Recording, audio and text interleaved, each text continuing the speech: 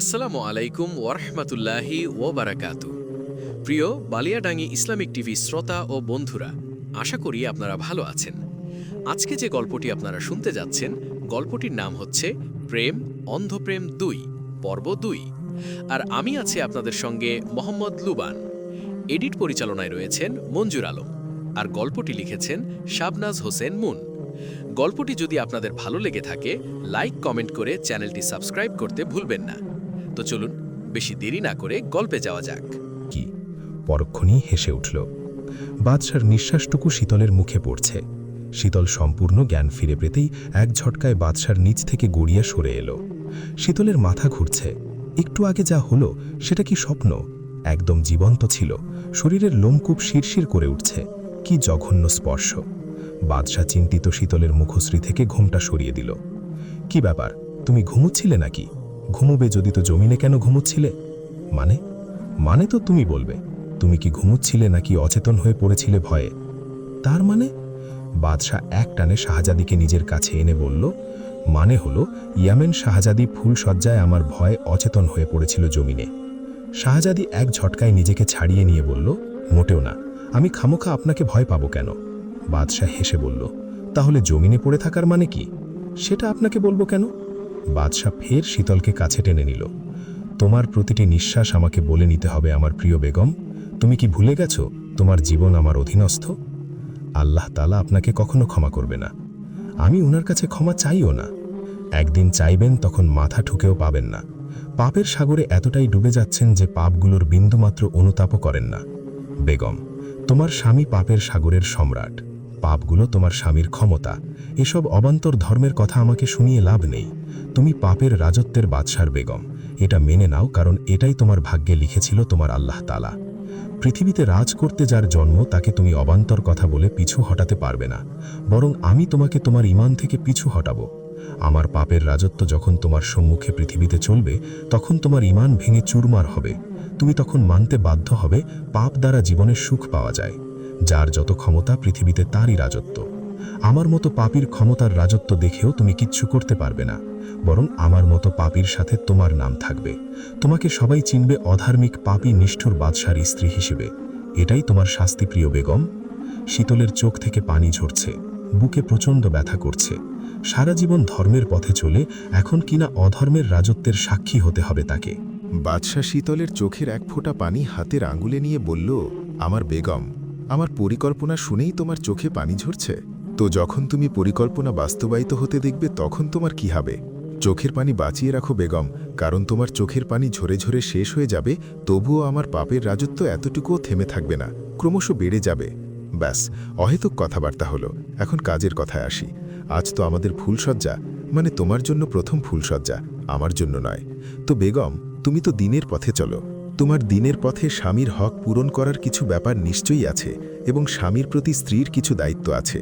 কি বলতে চান সেটা তুমি বুঝেছ? শীতল কক্ষাটি ওক বোলালো। পুরো কক্ষের দরজা জানালা বাহির থেকে বন্ধ। পালানোর পথ নেই প্রিয় বেগম, আমার কাছে চলে এসো এবং নিজের স্বামীকে খুশি করো। বাদশাহ আত্মা কাঁপানো উল্টো পা দিয়ে হেঁটে শীতলের কাছে ধেয়ে আসছে। শীতল একটু একটু বাদশার থেকে পিছুচ্ছে। মনে মনে বলল, এই কেমন স্বামী তুমি আমাকে দিলে আল্লাহ! এই ইবলিশের ভয়ে আমাকে সিটিয়ে যেতে হচ্ছে। জিন বাদশার সেবা করে তোমার জীবন ধন্য করো হে নারী।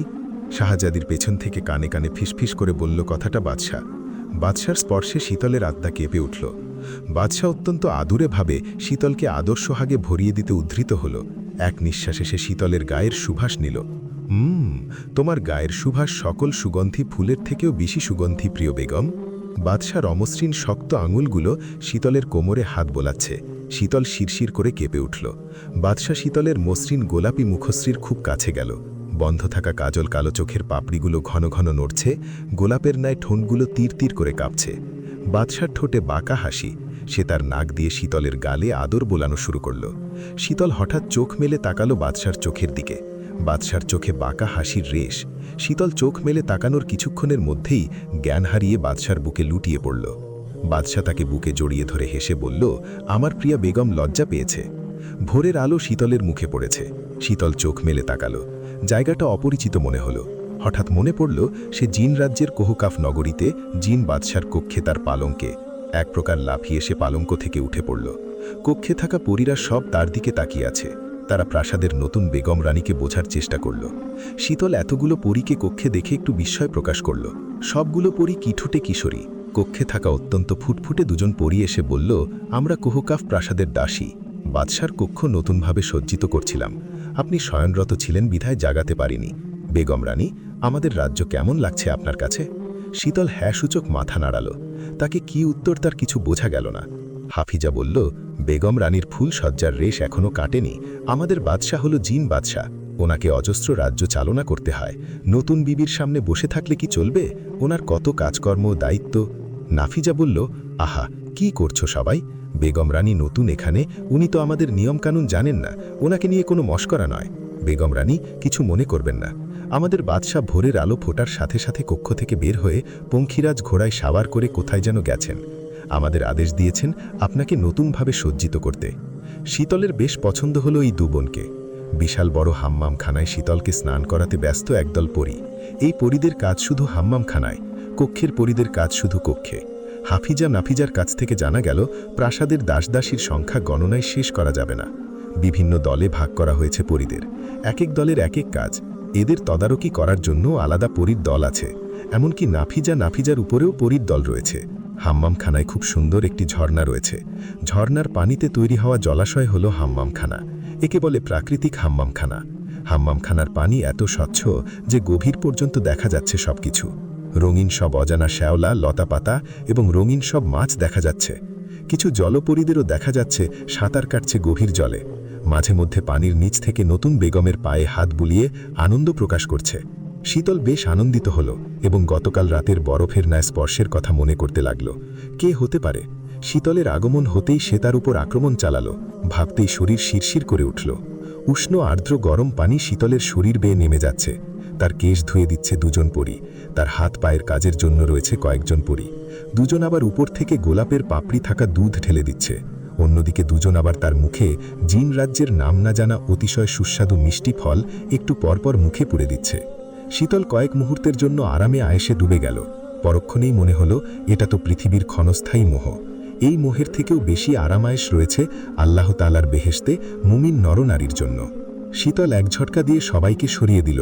আমার কাউকে লাগবে না, আমি একাই নিজেকে প্রস্তুত করতে পারবো। পরীরা সব মুখ চাওয়াচাওয়ি করল নিজেদের মধ্যে। হাফিজা ভয়ের স্বরে বলল, এ হয় না, এটা পরিরাজ্যের নিয়ম, বাদশার আদেশ। নাফিজা বলল, বাদশার আদেশ আপনাকে মানতে হবে। অন্যথায় বাদশার আদেশ পালন না করতে পারায় আমাদের সবার গর্দান যাবে। আমি বেঁচে থাকতে হবে না, কথা দিলাম। আমার প্রিয় বেগম তোমাদের কথা দিয়েছে দাসীগণ। আমার আদেশ পালনে ব্যর্থ হলে প্রাণ যাবে, জ্বলন্ত অগ্নিকুণ্ডে নিক্ষেপ করা হবে। আমিও কথা দিলাম তোমাদের। হাম্মাম থানায় বাদশার গলার আওয়াজ শুনে দাসীরা হাঁটু গেড়ে জমিনে মাথা নিচু করে বসে পড়ল। শীতল দেখল সবাই আতঙ্কে কাঁপছে। বাদশাহ হাত ইশারা করতেই দৌড়ে পালালো দাসীগণ। বাদশাহ তার হাসিমাখা মুখখানি নিয়ে শীতলের সম্মুখে হেঁটে যাচ্ছে। শীতলের গায়ে স্নানের অতি স্বচ্ছ রেশমি বস্ত্রের আবরণী। সে হাম্মামখানায় নেমে পড়ল নিজেকে ঢাকতে। বাদশাহ বলল, দেখেছ বেগম, পৃথিবীতে কতটা আরামায়েশ। তুমি কিন্তু ইচ্ছে করলে আমার সাথে থেকে পৃথিবীর সমস্ত আরামায়েশের স্বাদ নিতে পারো। পৃথিবীতে রাজত্ব চালাতে পারো আমার বেগম রূপে। শীতল বেশ বুঝতে পারল শীতলকে এত তোয়াজ করার কারণ। সামান্য মোহে ফেলে তার ঈমান নষ্ট করার বৃথা চেষ্টা।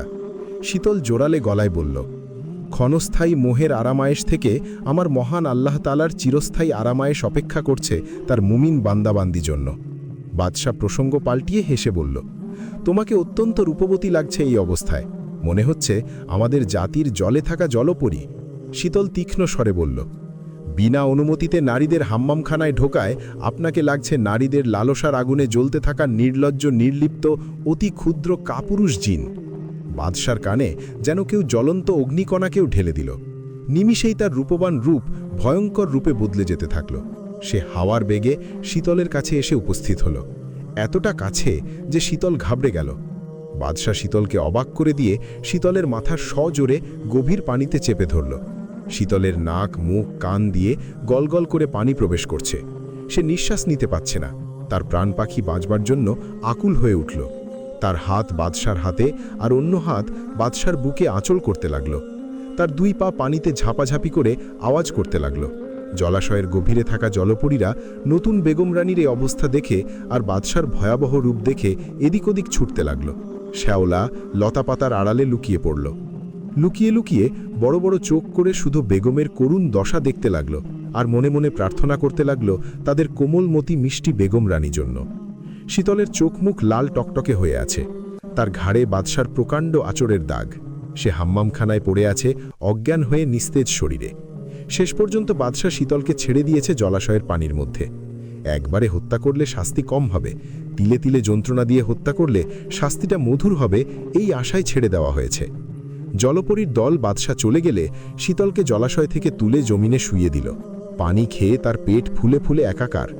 পরীর দল পেট থেকে পানি বের করল, মুখে মুখ লাগিয়ে নিঃশ্বাসের গতি ঠিক করল। শীতলকে বাদশার আদেশে কক্ষে শোয়ানো হলো। শীতলের জ্ঞান ফিরল। তাকে পরীর দল বেগমের পোশাকে সজ্জিত করা হলো নিস্তেজ শরীরে। শীতলের বাধা দেওয়ার ক্ষমতা নেই। শীতলের মনে হলো সে কোনো জাহান্নামে আছে। সে একজন নারী যোদ্ধা হয়েও অন্যায়ের বেড়াজালে বন্দী।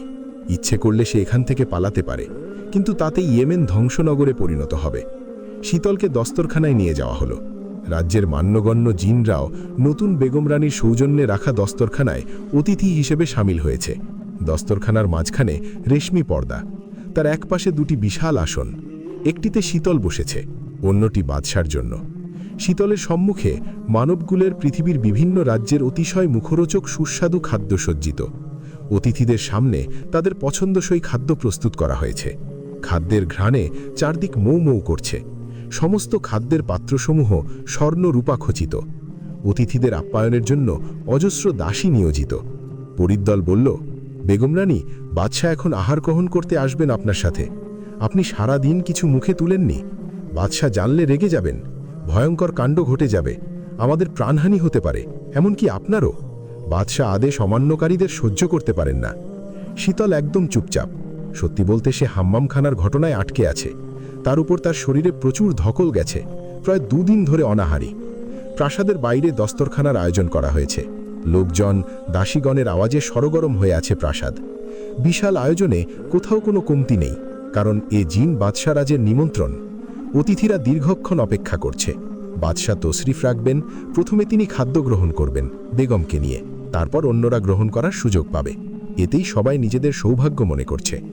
বাদশার নামে ধ্বনি শোনা গেল, হুঁশিয়ার, বাদশাহ রাজাধিরাজ রাজ দস্তরখানায় তশরিফ রাখছে, হুঁশিয়ার। বাদশার আগমনে সবাই মাটিতে লুটিয়ে পড়েছে। বাদশাহ একা দাঁড়িয়ে আছে, তার মুখে হাসি। নিমিষেই তার মুখ রক্তবর্ণ ধারণ করল। তার বেয়াদব বেগম বসে আছে সহজভাবে। একই দৃষ্টতা। পৃথিবীর সবচেয়ে শক্তিশালী বাদশার সম্মুখে বসে আছে, আর বাদশাহ দাঁড়িয়ে আছে। উপস্থিতগণ নতুন বেগমের আশপর্দা দেখে বিস্মিত হল। তাদের নজর বাদশার বেগমের ওপর। পরিদল মাথা নিচু অবস্থায় শীতলকে ইশারা করল কুর্নি করতে বাদশাকে। শীতল তাতে কান না দিয়ে নির্লিপ্তভাবে বসে আছে। বাদশাহ কিছু বলল না, বহু কষ্টে নিজেকে সামলে নিল। সে জানে তার বেগমের স্বভাব। রাজ্যের প্রজাদের সামনে সে নিজেকে বেগমের কাছে অপমানিত হতে দিতে পারে না। হাসি মুখে সে বসল শীতলের পাশে। বেঁচে আছো তাহলে প্রিয় বেগম? শীতলকে চুপচাপ থাকতে দেখে বাদশাহ তার গালে হাত দিয়ে আদুরে গলায় বলল, আমি জানি তো আমার বেগম তার প্রিয় বাদশাকে ছেড়ে যেতে পারে না। শীতল অন্যদিকে মুখ করে রাখল। জলাশয়ের ভয়ঙ্কর কাণ্ড ঘটানোর পরেও বাদশাহ এমন ভাব করল যেন কিছুই হয়নি। সে খেতে খেতে জিন ও মানুষের আহারের বর্ণনা করতে লাগল। বেগম, তুমি হয়তো অবাক হচ্ছ, ভাবছ জিনরাও খাদ্য গ্রহণ করে নাকি? প্রিয় বেগম, আমরাও খাদ্য গ্রহণ করি। আমাদের আহার গ্রহণ করা এক হলেও তোমাদের কিছু বৈচিত্র্যতা আছে। ধীরে ধীরে তোমার নতুন রাজ্যের সব নিয়মকানুন জানবে। জিনদের খাদ্য সম্পাদনা বিভিন্ন হাদিসের কিছু হাদিস থেকে এসেছে। ইমাম আমাশ রাহমুল্লাহ বলেছেন, আমি এক জিনের বিয়েতে কুই নামক এক স্থানে উপস্থিত ছিলাম। বিয়েটি ছিল জিনের সাথে এক মানুষের। জিনদের জিজ্ঞাসা করা হলো কোন খাদ্য তাদের বেশি পছন্দনীয়। ওরা বলল ভাত। তো লোকেরা জিনদের কাছে তাদের খাঞ্জা আনতে থাকছিল আর ভাত শেষ হতে থাকছিল, কিন্তু খানেওয়ালাদের হাত দেখা যাচ্ছিল না। কাজী আবু আয়ালা রাহমুল্লাহ বলেছেন, জিন মানুষের মতো খাওয়া দাওয়া করে। এরা চিবিয়ে ও গিলে খায়, অনেক সময় মানুষের সঙ্গে বসে খায়। ভালো জিনরা মানুষের উপকার করে থাকে। নবী করিম সাল্লাল্লাহু আলাইহি ওয়াসাল্লাম বলেছেন, তোমরা দুটি জিনিস অর্থাৎ হাড় গোবর দিয়ে ইস্তেঞ্জা করো না, কেননা ওগুলো তোমাদের জিন ভাইদের খাদ্য। তিরমিজি শরীফ। জিনের খাবার সম্পর্কে বলা হয়েছে তারা মানুষের ফেলে দেওয়া খাবার খায়, এছাড়া হাড় গোবর ইত্যাদি খায়। হাদিসে বলা হয়েছে, আবু হুরায়রা থেকে বর্ণিত আছে, রাসূল সাল্লাল্লাহু আলাইহি ওয়াসাল্লাম বলেছেন, হাড় এবং গোবর জিনদের খাবার। নসিবাইন শহরের জিনদের একটি দল আমার সঙ্গে দেখা করতে আসে। কত বিনয়ী ছিল তারা। তারা আমার কাছে মানুষের খাবারের উচ্ছিষ্ট সম্পর্কে জানতে চায়। আমি আল্লাহর কাছে প্রার্থনা করি যে তারা এমন কোনো হাড় কিংবা গোবর অতিক্রম করবে না যা তাদের জন্য খাবার না হয়ে যাবে। বুখারী।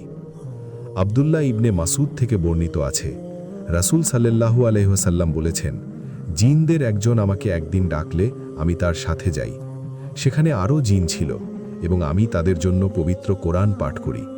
তারা তাদের খাবারের বিষয়ে জিজ্ঞেস করলে আমি বলি, আল্লাহর নাম পড়ে খাওয়া হয়েছে এমন যে কোনো হাড় তোমাদের সামনে এলে তা মাংসে পরিণত হয়ে যাবে। একইভাবে গোবর তোমাদের পশুদের খাবার হয়ে যাবে। তাই ভাড় মুক্ত অর্থাৎ টয়লেট করার পরে তোমাদের কেউ যাতে এই বস্তুগুলোকে শুকনো হাড়, গোবর ইত্যাদি দিয়ে নিজেকে পরিষ্কার না করে, কারণ তা হলো তোমাদের ভাইদের খাবার। মুসলিম। বাদশাহ রসালো একটি পদ গ্রহণ করে বাদশাহ তা শীতলের দিকে এগিয়ে দিল। তোমার জন্য পৃথিবীর দুর্লভ সকল খাদ্য সংগ্রহ করে প্রস্তুত করা হয়েছে, গ্রহণ করে বলো তো কেমন হয়েছে। আমার আল্লাহর কাছে এর চেয়ে উৎকৃষ্ট খাদ্য সংগ্রহ করা আছে, যা মুমিনদের জন্য প্রস্তুত করা আছে। কি বললে? বাদশাহ তীক্ষ্ণ দৃষ্টি নিক্ষেপ করে আছে। এদিকে রেশমি পর্দার ওপাশে প্রজারা আর দাসীরা আবঝা আবঝা বাদশাহ আর বেগমের কাণ্ড দেখছে। নতুন বেগমের আচরণে তারা খুব বিস্মিত হচ্ছে বারবার। বাদশাহ নিজেকে সামলিয়ে হাসি মুখে বলল, এই নাও, হাঁ করো, জিন রাজ্যের প্রথম আহার গ্রহণ করো তোমার স্বামীর হাত থেকে। শীতল তাচ্ছিল্যেরভাবে মুখ সরিয়ে নিল। বেগম, সবাই দেখছে, হাঁ করো। না। কি? না, খাবো না। শীতল গলার জোর আরও দৃঢ়ভাবে বলল, আমি আমার আচরণে আপনাকে বুঝিয়ে দিচ্ছি বারবার, আমি খাবো না আপনার হাতে। এটা কি বুঝতে কষ্ট হচ্ছে? এই নিন, বুঝিয়ে দিচ্ছি। আমি খাবো না কোনো বর্বর হত্যাকারীর পশুর হাতে। পুরো দস্তরখানায় শীতলের বলা কথাগুলো বারবার বাজতে লাগল। সবাই তাকিয়ে আছে মাটির দিকে, কিন্তু মনের দৃষ্টি বাদশার ওপর। এই প্রথম তারা বাদশার অপমান দেখছে। বাদশার মনে হলো অতিথিদের কাছে সে হাসির পাত্র, বেগমের কাছে অপমানিত সাধারণ একজন স্বামী। বাদশার ইচ্ছে করছে রন্ধনশালার ডুবন্ত গরম তেলের পাত্রে বেয়াদব বেগমকে চুবিয়ে ভাজতে। গরম তেলে বেয়াদব বেগমের শরীর ঝলসানো গোশতের মতো ঝলসাবে, আর তখন বাদশার ক্রোধ ও দমন হতে থাকবে। বাদশাহ ছোট একটি শাস্তি দিল রাগের মাথায়। শীতলের মুখ সজড়ে চেপে ধরল।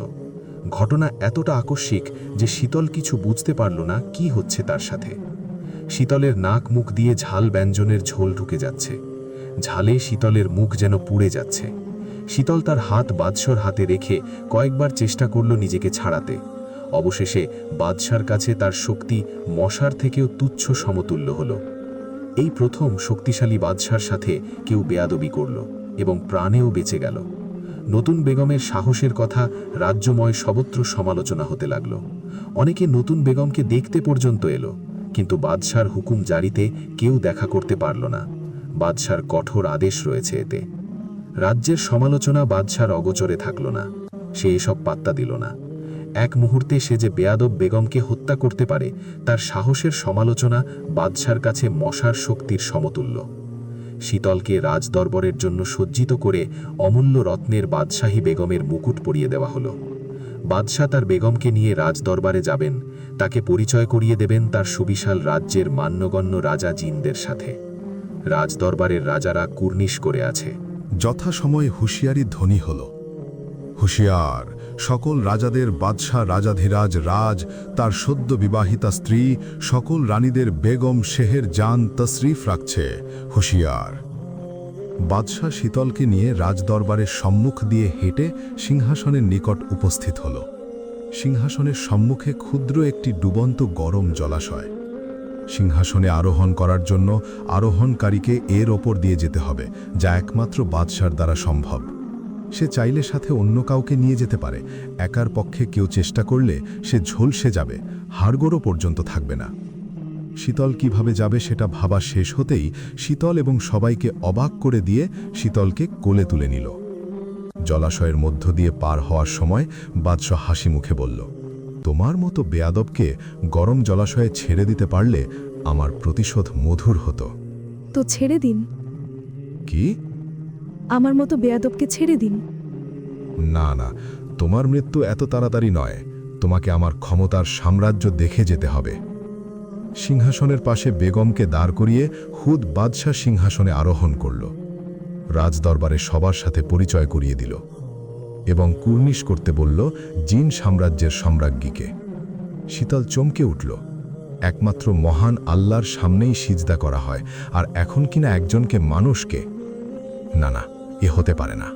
বাদশাহ অধর্মের সম্রাট, সে কুর্নিশ নিতে অভ্যস্ত, কিন্তু সে নয়। মানব জাতির কন্যাকে কুর্নিশ করার চেয়ে প্রাণ ত্যাগ করারও ভালো, অন্তত অপমান থেকে বাঁচা যাবে। কি হলো?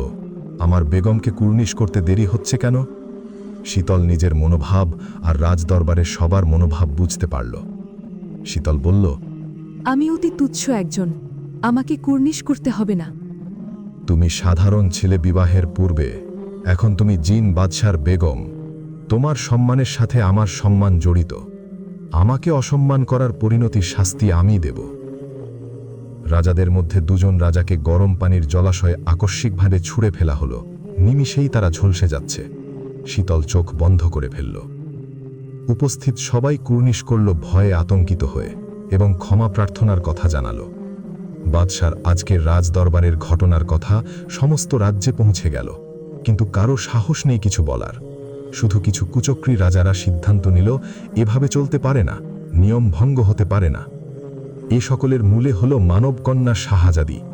অতঃপর গোপনে শীতলকে হত্যা করার জন্য কিছু রাজা এবং প্রজারা পরিকল্পনা তৈরি করল। ভয়ঙ্কর কিছু দানব আকৃতির জিনদেরকে কাজে লাগিয়ে দেওয়া হলো শিগগিরই। পরের দিন ভোরে আকাশ ফাটানো চিৎকারে ঘুম ভাঙল শীতলের। তাকিয়ে দেখল বাদশাহ রাজকক্ষে নেই। কাল রাতেও নিশ্চয়ই বাদশাহ ফেরেননি। চিৎকারগুলো ক্রমাগত ভেসে আসছে। কক্ষে থাকা পরীগুলোর কোনো ভাবান্তর হচ্ছে না চিৎকারে। শীতল কক্ষের জানালা দিয়ে দেখার চেষ্টা করল কি হচ্ছে। পরিদলের কয়েকজন বলল, এ তো বাদশার নিত্য প্রভাতের কার্য। বন্দি থাকা মানব সম্প্রদায়ের মানবদের প্রতিদিন শিরচ্ছেদ করে দিন শুরু করেন তিনি। মাঝে মধ্যে চেঁচামেচি হয়, তবে প্রাসাদে প্রবেশ করে না আওয়াজ। আজ একটু বেশি চিৎকার চেঁচামেচি হচ্ছে বোধহয়। শীতল কথা শুনে চমকে গেল। এ তো ভয়ঙ্কর দানবের থেকেও ভয়াবহ কার্য। এ হতে দেওয়া যায় না। শীতল দৌড়ে ঘটনাস্থলে রওনা হল। তার পেছনে দাসীগণ দৌড়াচ্ছে। বেগমের কার্যের জন্য বাদশাহ তাদের ক্ষমা করবে না। শীতলকে আটকানো গেল না। শীতল প্রাসাদের বাগানে ঘটনাস্থলে গেল।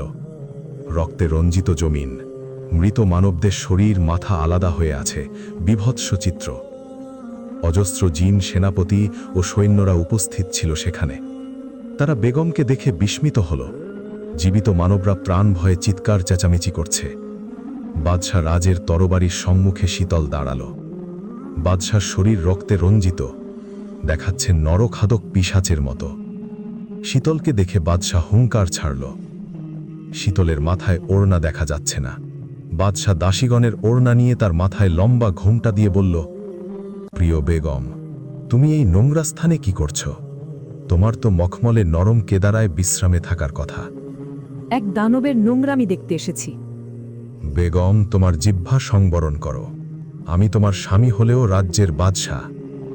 তুমি কক্ষে গিয়ে বিশ্রাম নাও। তুমি নারী, তোমার স্থান অন্ধর্মহলে। তোমার কাজ স্বামীকে সুখী করা। পুরুষের কাজের মধ্যে থেকে তোমার কাজ নেই। আমি এখানেই থাকব, আর একটা মানুষেরও মৃত্যু হবে না।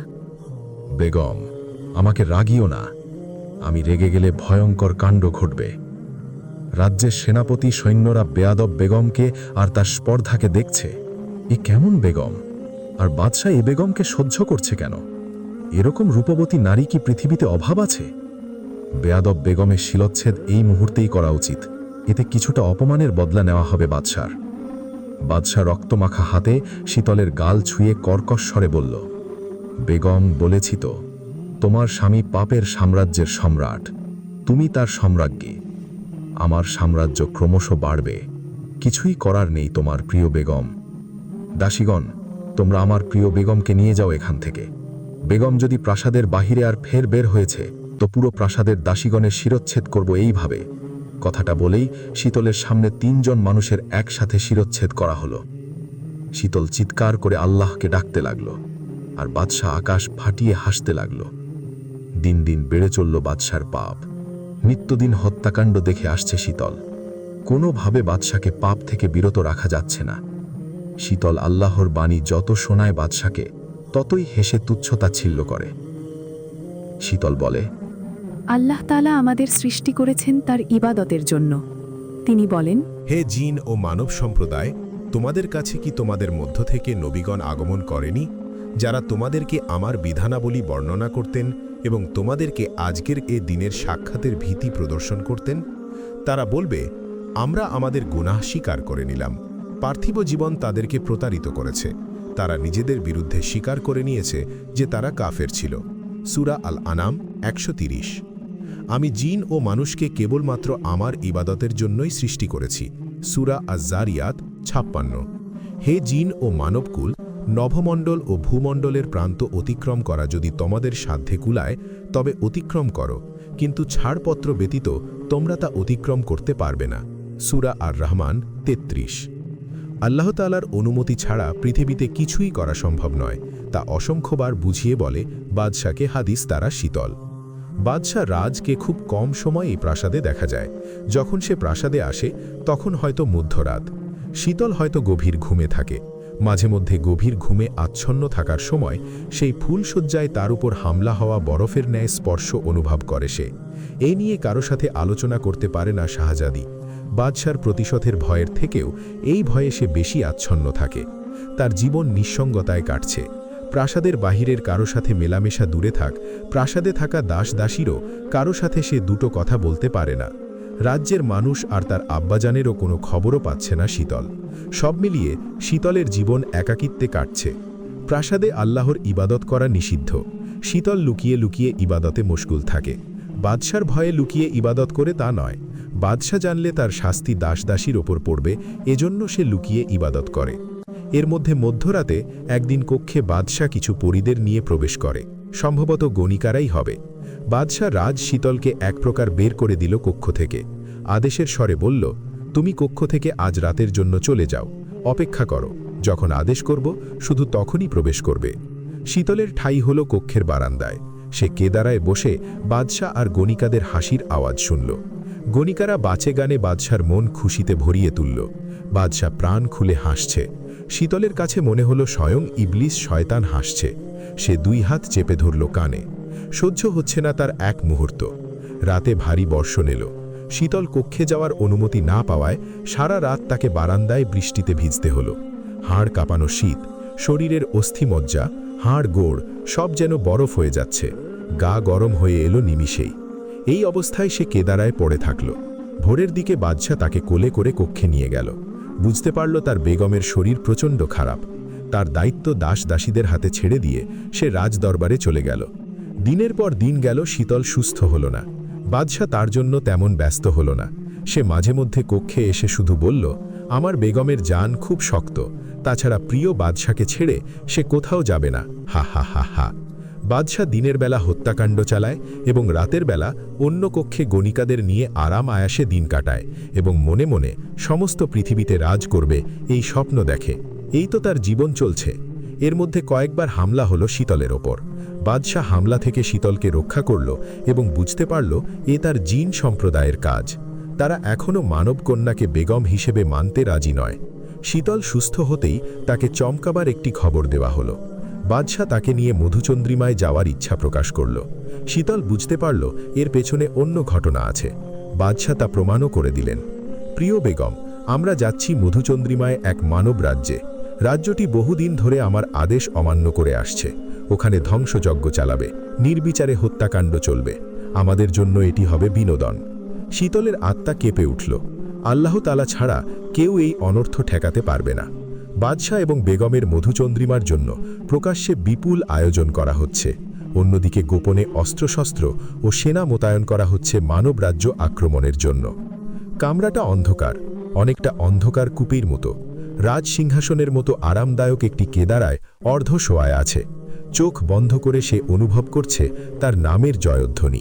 একদিন বিশ্বের প্রতিটি রাজ্যে, প্রতিটি সৃষ্টিতে, প্রতিটি প্রাণীর মুখে শুধুই রাজাধিরাজ বাদশাহ রাজের নাম থাকবে। এই দিন বেশি দূরে নয়। বর্তমানে বিশ্বের কাছে সে কুখ্যাত জিন শিশক হিসেবে পরিচিত লাভ করেছে। তার ভয়ে বিশ্ববাসী আতঙ্কগ্রস্ত, ভয়ার্ত। খুব কাছ থেকে আওয়াজ আসছে, মৃদু নূপুরের আওয়াজ। রাজের ঠোঁটে মৃদু হাসি। আমার মরুসুন্দরী বেগম কি এক মুহূর্তের জন্য তার স্বামী ছাড়া থাকতে পারে না? আপনি ঠিক কি করতে চাচ্ছেন? আমি তো আমার বেগম রানীকে নিয়ে মধুচন্দ্রিমায় যাব ঠিক করেছি। প্রাসাদে আমি তাকে সময় দিতে পারি না। তার মনে এটা নিয়ে ক্ষোভের সৃষ্টি হয়েছে। মধুচন্দ্রিমায় একান্তে কিছু সময় কাটানোর জন্য আমাদের এই মধুচন্দ্রিমা। শীতল প্রায় হুঙ্কার দিয়ে বলল, আপনার মন গড়া কথামালা বন্ধ করুন। আপনি কেন মধুচন্দ্রিমার নামে মানবরাজ্যে যাচ্ছেন? ওদের রক্তে গোসল করতে। শীতল বলল, ইসলাম এমন একটি শান্তিপ্রিয় ধর্ম যেখানে বিশৃঙ্খলার কোনো স্থান নেই। অথচ সমাজের একটি বৃহৎ শ্রেণী এমন রয়েছে যারা ছোটখাট বিষয় নিয়ে প্রতিনিয়ত ঝগড়া বিবাদে জড়িয়ে যায়। কখনো কখনো এই ঝগড়া বিবাদ আবার হত্যা পর্যন্ত বড়ায়।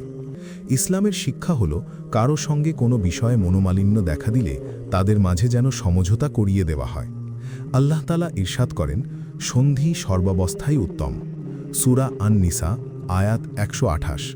কিন্তু বর্তমানে দেখা যায় উভয়ের মাঝে সমঝোতা না করিয়ে বরং বিষয়টিকে আরও কঠিন করা হয়।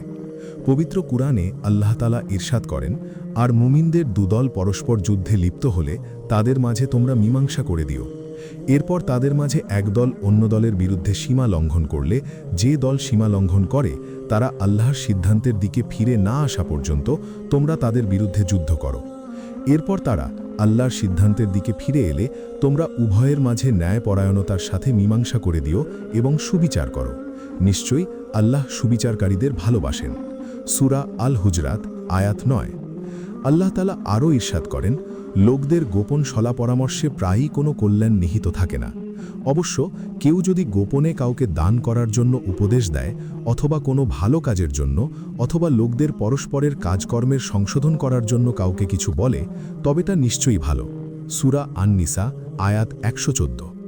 হাদিসে উল্লেখ হয়েছে, হজরত আবু হুরায়রা রাদিয়াল্লাহু থেকে বর্ণিত, তিনি বলেন, মহানবী সাল্লাল্লাহু আলাইহি ওয়াসাল্লাম বলেছেন, প্রতিদিন যেদিন সূর্য উদিত হয় মানবদেহের প্রতিটি গ্রন্থির সাদাকা আদায় করা প্রয়োজন।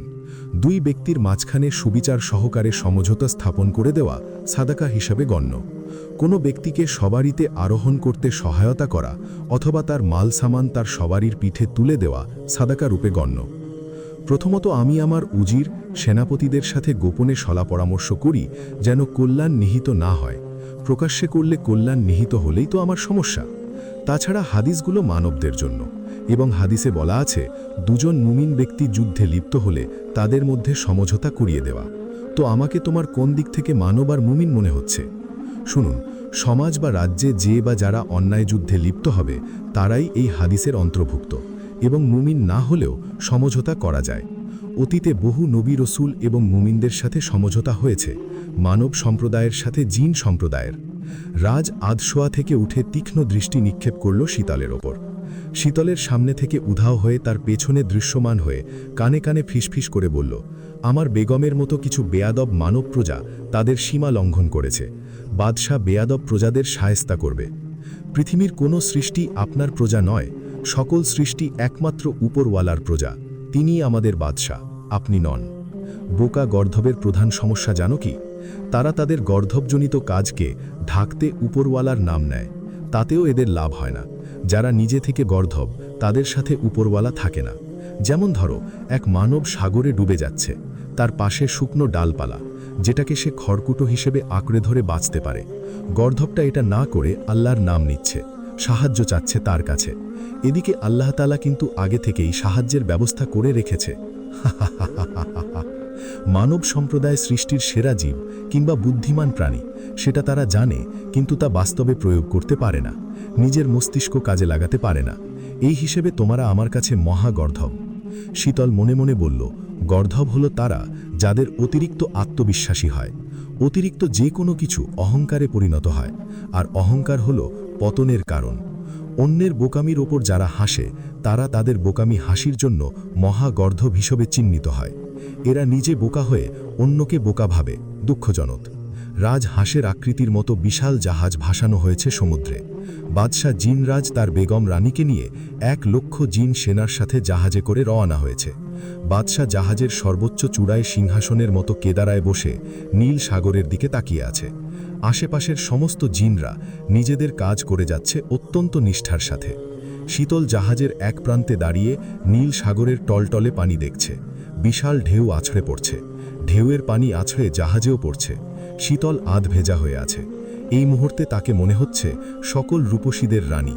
তাকে দেখাচ্ছে গভীর জলে থাকা জলপরীর মতো। রাজ দূর থেকে একবার তার বেগমকে দেখে নিল।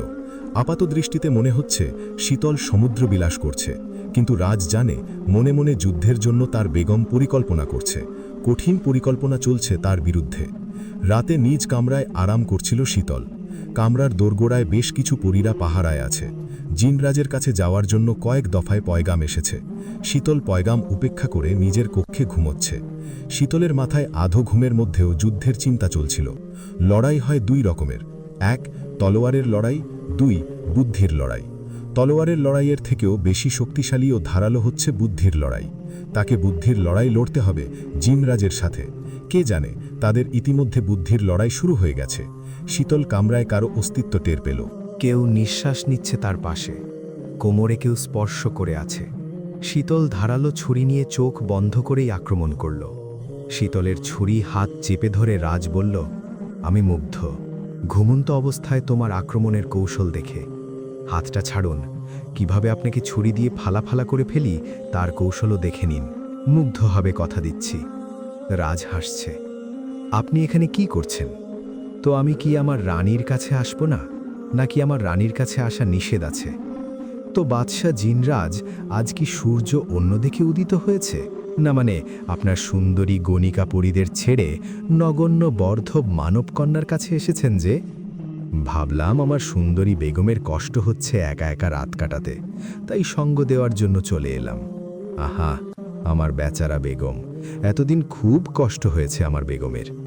আমার পরম সৌভাগ্য, জিনরাজ আমার কাছে এসেছেন। জিনরাজের সেবায় এই দাসী নিয়োজিত। বলুন, কিভাবে আপনার সেবা করতে পারি? আপনার পা টিপে দেব? রাজ হাসল। না, আমি তোমার মতো মানুষ না যে হেঁটে হেঁটে পা ব্যথা হবে আর বেগমকে দিয়ে পা টেপাতে হবে। তো মাথা টিপে দিই?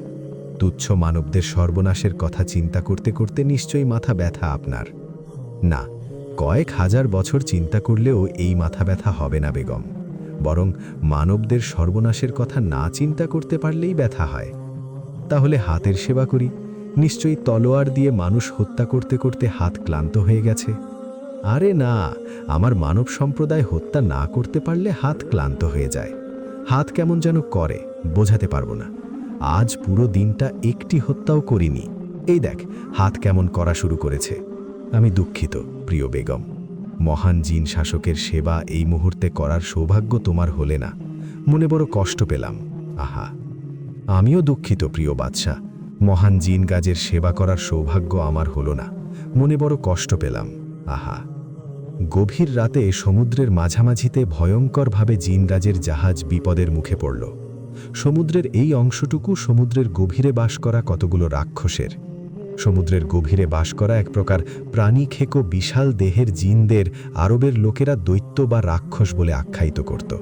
এরা সাধারণত সকল জিন থেকে আলাদা বাস করে। এদের কোনো রাজা বা দলনেতা নেই। গভীর সমুদ্রের এই আস্তানায় যারা আসে তারা আর ফিরে যেতে পারে না। আচমকা কেউ কিছু বুঝে ওঠার আগেই রাক্ষসরা আকাশচুম্বী শরীর আর মাথায় শিং বের করে জাহাজকে ঘিরে ধরল। আকাশ ফাটিয়ে তারা হাসতে হাসতে সৈন্য জিনদের গিলে ফেলছে। মুহূর্তেই কয়েক হাজার সৈন্যকে তারা গিলে ফেলল। রাজ সেনাপতিদের সাথে গোপন বৈঠকে ছিল বিধায় রাক্ষসের আক্রমণের কথা দেরিতে জানল। রাজসহ সকল জিন জানত সমুদ্রের এমন রাক্ষসে জিনের কথা, কিন্তু তারা ঠিক কোথায় বাস করত তা জানত না। রাজের সারা শরীর রাগে ফেটে যাচ্ছে। এত বড় সাহস এসব অসভ্য রাক্ষসদের যে তারা সকল জিনদের বাদশার জাহাজে আক্রমণ করেছে। এত বড় স্পর্ধা কখনো মাপ করবে না সে। জিনরাজ গলা ফাটিয়ে জাহাজের সম্মুখে এসে বলল, তোদের এত বড় সাহস! জানিস না তোরা এটা কার জাহাজ? কে আছে জাহাজে? রাক্ষসরা উত্তরে হেসে উঠল এবং জাহাজ শূন্যে তুলতে লাগল পানি থেকে। রাজ এক পর্যায়ে ক্ষিপ্ত হয়ে প্রচণ্ড আঘাত করল সবকটা রাক্ষসকে। রাক্ষসরা চিৎকার করে সমুদ্রে তলিয়ে গেল। পরিবেশ শান্ত, সবাই শান্ত হয়ে রাজের দিকে তাকিয়ে আছে। শীতলও রাজের দিকে তাকিয়ে আছে, তার হাতেও তলোয়ার, সেও আঘাত করেছে রাক্ষসদের। রাজ ক্ষিপ্ত স্বরে বলল, বেগম, তর্ক নয়, ভেতরে যাও। তুমি মানবকন্যা, তুমি নিজের প্রাণ বাঁচাও, তোমার সাথে আমার সম্মানও জড়িয়ে আছে। আপনি নিজের প্রাণ আগে বাঁচান। তার মানে? পেছনে তাকান। রাজ পেছনে তাকানোর আগেই জাহাজের পেছন থেকে রাক্ষস দৃশ্যমান হয়ে তাকে হাতের মুঠোয় বন্দি করে পিষে ফেলার চেষ্টা করল। হঠাৎই রাক্ষসটা তার পায়ে প্রচণ্ড আঘাত পেল। জাহাজ থেকে শীতল হুঙ্কার ছাড়ল, তলোয়ার হাতে নিয়ে বলল, পেছন থেকে আঘাত করে কাপুরুষরা, পারলে সামনে থেকে লড়াই করো। রাক্ষসটা শীতলকে অতি তুচ্ছ নারীর বোকামি প্রলাপ ভেবে হাসল এবং শীতলকে হাতের মুঠোয় নিয়ে নিজের চোখের সামনে তুলে ধরল। এক মুহূর্তের জন্য হলেও রাক্ষসটার মনে নাড়া দিল মরুসুন্দরী নীল সমুদ্রের চোখের শাহজাদিকে। ছোট পুতুলের মতো শাহজাদি তার মনে দাগ কাটল, সে প্রেমে পড়ে গেল। শীতল সুযোগ মতো রাক্ষসের এক চোখে তলোয়ার ঢুকিয়ে দিল। রাক্ষসটা বিকট চিৎকার দিয়ে শীতল আর রাজকে জাহাজে ছেড়ে দিল। রাজ ছাড়া পেয়ে রাক্ষসের দু পায়ে আঘাত করে করে ফালা ফালা করে ফেলল। শীতলের পায়ে রাক্ষসটার চোখ থেকে পানি পড়ছে। শীতলের দিকে তাকিয়ে আছে সে। শীতল হঠাৎ রাজকে বাধা দিল। রাজের তলোয়ারের সামনে দাঁড়ালো। সুযোগ পেয়ে রাক্ষসটা তার সঙ্গী সাথীদের নিয়ে সমুদ্রে তলিয়ে গেল। রাজ ভ্রু কুঁচকে শীতলের দিকে তাকিয়ে আছে। তুমি আমার প্রাণ বাঁচিয়েছ বলে তোমার এই অপরাধ ক্ষমা করলাম। তোমার অপরাধ ছিল ভয়ঙ্কর। জিনরাজ কারো ঋণ রাখে না, তাই ঋণ শোধ দিলাম। রাতের ভোজের সময় রাজ খেতে খেতে বলল, মানব সম্প্রদায় যে মহা বোকা তার আরেকটা প্রমাণ তুমি। শীতল বলল, কিভাবে? বললে, তুমি আল্লাহর কাছে মনে মনে সব সময় সাহায্য চাচ্ছ আমার কাছ থেকে বাঁচার জন্য। আল্লাহ তোমাকে সুযোগ কিন্তু দিয়েছে, কিন্তু তুমি নাওনি। তাহলে আপনাকে ওই রাক্ষসের হাতে ছেড়ে দেওয়া উচিত ছিল। অবশ্যই, এতে করে তোমার সবচেয়ে বড় শত্রুর মৃত্যু হতো এবং তুমি আর তোমার রাজ্য বেঁচে যেত। দেখো, আল্লাহ তাআলা কিন্তু সুযোগ করেছিল এবং আবারও করবে। তখনও তুমি সুযোগ নেবে না হয়তো। আবার আল্লাহর কাছে সাহায্য না নিয়েও তুমি বারবার সাহায্য চাইবে। এই ধারাবাহিকতা চলতে থাকবে। আল্লাহ তাআলা সুযোগ দেওয়ার পর তুমি তা কাজে না লাগাও তো তিনি কিভাবে সাহায্য করবেন তোমাকে? এখন বলো, আমার কথা সত্যি কিনা? আল্লাহ তাআলা অবশ্যই বোকাদের সাথে থাকে না। তুমি মহা বোকা গর্ধব। পেছন থেকে আমি কাউকে আঘাত করি না।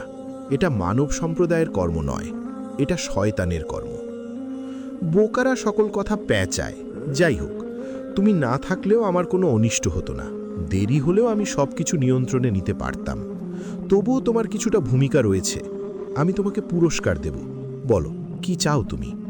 মণি, মুক্তা, হিরে, জহরত, অমূল্য রত্ন, যা চাও তাই পাবে আমার বেগম। ঠিক তো? জিনরাজের মুখের কথা এটা ওয়াদা। ভরসা পাচ্ছি না। ওয়াদা করুন। আমার মুখের কথা ওয়াদা, তবুও ওয়াদা করলাম।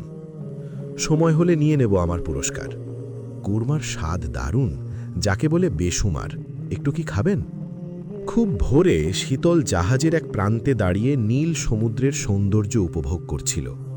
জাহাজটা এখন মাঝ সমুদ্রে আছে।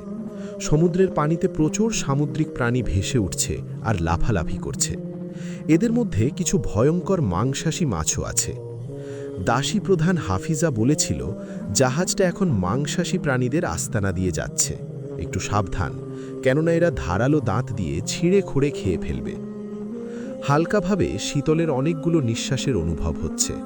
পুরো জাহাজটা কারো প্রথম দর্শনে খালি মনে হবে। কেউ বুঝতে পারবে না পুরো জাহাজেকে লক্ষাধিক জিন সৈন্য অদৃশ্য হয়ে চলাচল করছে। শীতল অনুভব করল, খুব কাছ থেকে কেউ তার ঘাড়ে নিঃশ্বাস ফেলছে। শীতলের মনে হলো সে হাওয়ায় ভেসে যাচ্ছে। আচমকা তার খেয়াল হলো কেউ তাকে জাহাজ থেকে গভীর নীল সমুদ্রে ফেলে দিচ্ছে, যেখানে ভয়ঙ্কর মাংসাশীরা অপেক্ষা করছে ছিঁড়ে খুঁড়ে খেয়ে ফেলার জন্য। শীতলের গলা থেকে আর্তনাদের চিৎকার ভেসে এলো। রাজ চোখ মেলে তাকালো, সে বিশ্রাম করছিল। শীতল মাংসাশী প্রাণীদের মাঝে ডুবে যাচ্ছে। অজস্র প্রাণীরা তার উপর ঝাঁপিয়ে পড়েছে, লাল টকটকে হয়ে গেল জায়গাটুকু। শীতলের মনে হচ্ছে অসংখ্য ধারালো ছুরি তাকে ফালা ফালা করে চলেছে। একই জায়গাতে আরেকজনও ঝাঁপিয়ে পড়ল। গভীরে তলিয়ে যাওয়া শীতলের হাত ধরে কেউ যেন ভরসা দিল, সে আছে তার সাথে, ভয় নেই। শীতলকে কোলে তুলে বিশাল ডানা ঝাপটিয়ে আসমানে উড়াল দিল জিনরাজ। রাজের কামরায় ময়ূরপঙ্খীর পালঙ্কে শীতলকে রাখা হয়েছে।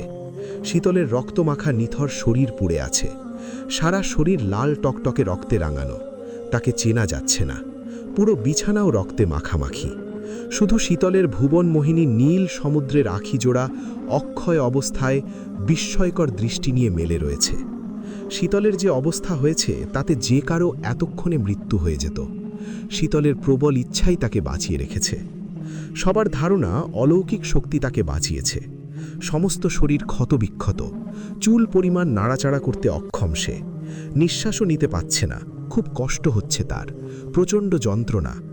আল্লাহ তাআলা ছাড়া তার যন্ত্রণা কেউ অনুভব করছে না। একদল হেকিম পরী শীতলের চিকিৎসা করছে। জিনরাজ শীতলের রক্তাক্ত দোপাট্টা হাতে অন্ধকার কক্ষে বসে আছে। বারবার তার চোখে রক্তাক্ত শীতলের ছবি ভেসে উঠছে। তার অজান্তেই তার চোখে পানি এসেছে। হঠাৎ খুব কষ্ট হচ্ছে, নিঃশ্বাস ভারী হয়ে এসেছে, চারিদিকে শূন্যতা অনুভব হচ্ছে। এই প্রথম শীতলের জন্য তার খুব মায়া হলো। বসা থেকে উঠে জিনরাজ সোজা শীতলের কাছে গেল। হেকিমরা বলল শীতলের নিঃশ্বাস আটকে যাচ্ছে, এখন চোখ জোড়া মেলতে পাচ্ছে না। রাজ সবাইকে অবাক করে দিয়ে রক্তাক্ত শীতলের রক্তাক্ত ঠোঁটে নিজের ঠোঁট স্পর্শ করল। শীতলকে জড়িয়ে ধরে সে নিজের নিঃশ্বাস শ্বাস দিতে থাকল। আচমকা শীতলকে ছেড়ে সে উঠে দাঁড়াল। রক্তাক্ত শীতলের শরীরের প্রতি মায়া থেকে কিংবা শীতলের সৎ সাহসী পবিত্র মন থেকেই হোক না কেন, প্রচণ্ড গভীরভাবে সে শীতলের প্রেমে পড়ে গেল। এ প্রেম ক্ষণিকের প্রেম নয়, এ প্রেম সমস্ত জীবন মরণ প্রেম। রাজ অন্ধকার কক্ষে নিজেকে আবদ্ধ করে রেখেছে। তার মনে প্রচণ্ড ঝড় বয়ে চলেছে। সমুদ্রের ঢেউয়ের থেকেও বড় বড় ঢেউ আছড়ে পড়ছে। মনে হচ্ছে যে কেউ তাকালেই তার মনের খবর জেনে ফেলবে। শেষ পর্যন্ত যে জিন সম্প্রদায়ের চরম শত্রুদের এক মানবীর প্রেমে পড়েছে। হায়, এ লজ্জা রাখার জায়গা নেই। জিন বংশের মর্যাদা ক্ষুণ্ণ হয়ে গেল। আপাতদৃষ্টিতে সবাই জানে শাহজাদির সাথে বাদশার বিয়েটা একটা রাজনীতি। মরুভূমির মতো শক্তিশালী মানব রাজ্যগুলোর সাথে সন্ধি হয়েছে এই বিয়ের প্রেক্ষিতে। শাহজাদি বাদশার নামমাত্র বেগম, সেটাও কয়েক বছরের জন্য। মানব সম্প্রদায় বাঁচেই বা কতদিন? 100 বছরের মধ্যে তাদের মৃত্যু প্রায় নিশ্চিত। কিন্তু জিন সম্প্রদায় শত শত বছর, হাজার হাজার বছর ধরে বেঁচে থাকে। গভীর রাত, চাঁদের আলোয় ঝলমলে আকাশ, বিশাল ডানা ঝাপটিয়ে আসমানে পাগলের মতো চক্কর দিয়ে দিয়ে উঠছে জিনরাজ। জিন সৈন্য আর পরীরা অবাক হয়ে দেখছে তাকে। কি হলো হঠাৎ জিনরাজের? তিনি এতটা অস্থির কেন? রাজ খুব অস্থির। প্রেম নামের রোগ উৎপন্ন হয়েছে তার মনে। যে রোগের কোনো ঔষধ নেই, যে রোগে কোনো নিয়ন্ত্রণ নেই। রোগ নিয়ন্ত্রণকারী হল ভালোবাসা মানুষের হাতে। রাজ নিজের ওপর নিয়ন্ত্রণ হারিয়ে ফেলেছে অনেক আগেই। আগুনের গোলার মতো সে আসমানে উঠছে। তার মনের ঘরগুলো শূন্যতায় ডুবে গেছে। একমাত্র ভালোবাসার মানুষ পারবে এই শূন্যতা দূর করতে। এটা এমন শূন্যতা আর অস্থিরতা যে রাজ অন্য কিছুতে মন দিতে পারছে না, ভাবতে পারছে না। রাজ ক্লান্ত হয়ে আসমান থেকে সমুদ্রের বুকে আছড়ে পড়ল। শরীর এবং মনে জ্বলে ওঠা আগুনগুলো সমুদ্রের শীতল পানিতে নিমিষেই ঠান্ডা হয়ে গেল। কিন্তু অস্থিরতা দূর হচ্ছে না। ধীরে ধীরে তা গ্রাস করে ফেলছে তার সমস্ত চিন্তা শক্তিতে। শীতলের মুখের উপর ঝুঁকে তাকে খুব কাছ থেকে লক্ষ্য করছে রাজ। কি আছে এই মানবীর মধ্যে? কি আছে এই মানবীর মধ্যে যা তাকে টেনে আনতে বাধ্য করে? শীতলের আশঙ্কাজনক অবস্থা দেখে এ প্রথম তার খুব কষ্ট হচ্ছে। মনে হচ্ছে তাকে কেউ দুমড়ে মুছড়ে দিচ্ছে। কত শত হাজার প্রাণ সে নিজ হাতে শেষ করেছে, বিন্দু মাত্র তার দুঃখবোধ হয়নি। অথচ এই মানবীর কষ্টতে সে দুঃখ অনুভব করছে। শীতলের গায়ে ভেষজ পাতার ঔষধ দিয়ে সাদা কাপড়ে তাকে মুড়িয়ে রাখা হয়েছে। অত্যন্ত মূল্যবান ভেষজ পাতাগুলো রাজ গহীন জঙ্গল আর সমুদ্রের তলদেশ থেকে সংগ্রহ করেছে। তার বেগমের চিকিৎসায় সে কোনো ত্রুটি রাখেনি। রাজ তার নতুন অনুভূতির সাথে পরিচিত হওয়ার পর বুঝেছে শীতলের কিছু হলে তারও কিছু একটা হয়ে যাবে। শীতলের কানে কানে এসে ফিসফিস করে বলেছে, শাহজাদি, তুমি নেই তো কোনো কিছুই নেই, ক্ষমতা নেই, রাজত্ব নেই, দুনিয়াদারিও নেই। তোমাকে সুস্থ হতেই হবে, সুস্থ হয়ে আমার সাথে লড়াই করতে হবে, তলোয়ারের লড়াই, বুদ্ধির লড়াই। রাজের মনে প্রেম ছাড়াও নতুন আরেকটি অনুভূতির জন্ম নিয়েছে। শীতলের জীবন সংকটকালে তার অচেতন মন সৃষ্টিকর্তাকে স্মরণ করেছে। রাজ এতটা শক্তিশালী যে সে জানত সব কিছু জয় করতে সে সক্ষম, কিন্তু শীতলকে এসে নিজ শক্তি দ্বারা বাঁচাতে পারছিল না। তখনই তার মনে প্রশ্ন জেগেছে, এমন কেউ কি নেই যে আমার বেগমকে জীবন দিতে পারবে? তৎক্ষণাৎ তার অবচেতন মনে কেউ এর জায়গায় সৃষ্টিকর্তার ভাবনা চলে এসেছে। তার মন বারবার বলছিল, কেউটা হলো আল্লাহ তাআলা, সকল শক্তির উৎস। আল্লাহ তাআলা তো পারবে আমার বেগমকে জীবন দান দিতে, উনার কাছে তো সব কিছুই সম্ভব। হঠাৎই রাজ ভয় পেয়ে গেল। কি বলছে সে? তার পিতা বাদশাহ ধীরাজ বলতো, বাবা কখনো নিজের শক্তির প্রতি ভরসা হারাবে না। যদি হারাও তো তোমার মনে অন্য কোনো শক্তির সাহায্যের আশা বাসা বাঁধবে, আর সেই অন্য কারো শক্তির আশা মানেই আল্লাহ তাআলা, কারণ তিনিই সকল শক্তির মালিক। আল্লাহ তাআলার কাছে সাহায্য চাওয়া মানে তাকে স্মরণ করা, ক্ষমতা, আরাম আয়েশ সব কিছু থেকে নিজেকে বঞ্চিত করা। না, এটা হতে পারে না। কিন্তু যা হওয়ার হয়ে গেছে। রাজের মনে সুপ্ত কুটিরে মহান আল্লাহ তাআলা আলো জ্বালিয়ে দিয়েছে, অন্ধকার কাটিয়ে। বারবার মহান আল্লাহ তাআলার কথা মনে হচ্ছে রাজের। এ কি হলো জিনরাজের? এ কোন অনুভূতি জন্ম নিয়েছে তার মনে? শীতলের পুরোপুরি জ্ঞান ফেরার আগ পর্যন্ত রাজ তার পাশে বসে সময় কাটিয়েছে। শীতল ছাড়া রাজের সময় যেন থেমে থাকে। শীতল সুস্থ হওয়ার আগে একটি ভয়ঙ্কর কাজ করল রাজ। শীতলকে হত্যা চেষ্টায় সন্দেহ করে 1000 জিনকে জীবন্ত পুড়িয়ে হত্যা করা হয়েছে। মূল অপরাধীকে খুঁজে পাওয়া যায়নি, এতে রেগে গিয়ে আরও 1000 খানেক জিনদের পুড়িয়ে হত্যা করা হলে। এখনও তদন্ত চলছে মূল অপরাধীকে খুঁজে বের করার। জাহাজ চলছে তার নিরুদ্দেশ পথে। রাজে মন মানসিকতা বিপর্যস্ত বিধায় কেউ জাহাজের দিক কোন দিকে নেবে তা জিজ্ঞেস করতে পারেনি। শীতলকে দাসীগণ সাহায্য করছে সাজসজ্জায়। সকালের ঝলমলে আলোটা শীতলের মুখে পড়েছে। তার মন নিমিষেই আনন্দিত হয়ে গেল রোদের আভাতে। দীর্ঘদিনের অসুস্থতার সকল ক্লান্তি দূর হয়ে গেছে তার মুখ থেকে। শীতল বলল, আমাকে কেমন দেখাচ্ছে? তোমাদের ভাষায় এক প্রকার নারী জিন আছে, তাদের সর্বাঙ্গ থাকে কাটা ছেঁড়া কিংবা আগুনে ঝলসানো। পরীরা সবাই মুখ চাওয়াচাওয়ি করে বলল, চাঁদের গায়েও দাগ থাকে, তাতে চাঁদের সৌন্দর্য একটুও কমে না। রাজ আড়াল থেকে শীতলের খিলখিল হাসির আওয়াজ শুনছে। শীতলের হাসির সাথে নীল সমুদ্রের টলটলে পানির কলকল ধ্বনির শ্রুতিমধুর আওয়াজের মিল আছে। যখন থেকে শুনেছে মানবরাজ্যে জিনরাজ কোনো যুদ্ধে যাবে না, জাহাজ নগরীতে ফিরে যাচ্ছে, তখন থেকেই খুশিতে কারণে অকারণে হেসে চলেছে শীতল।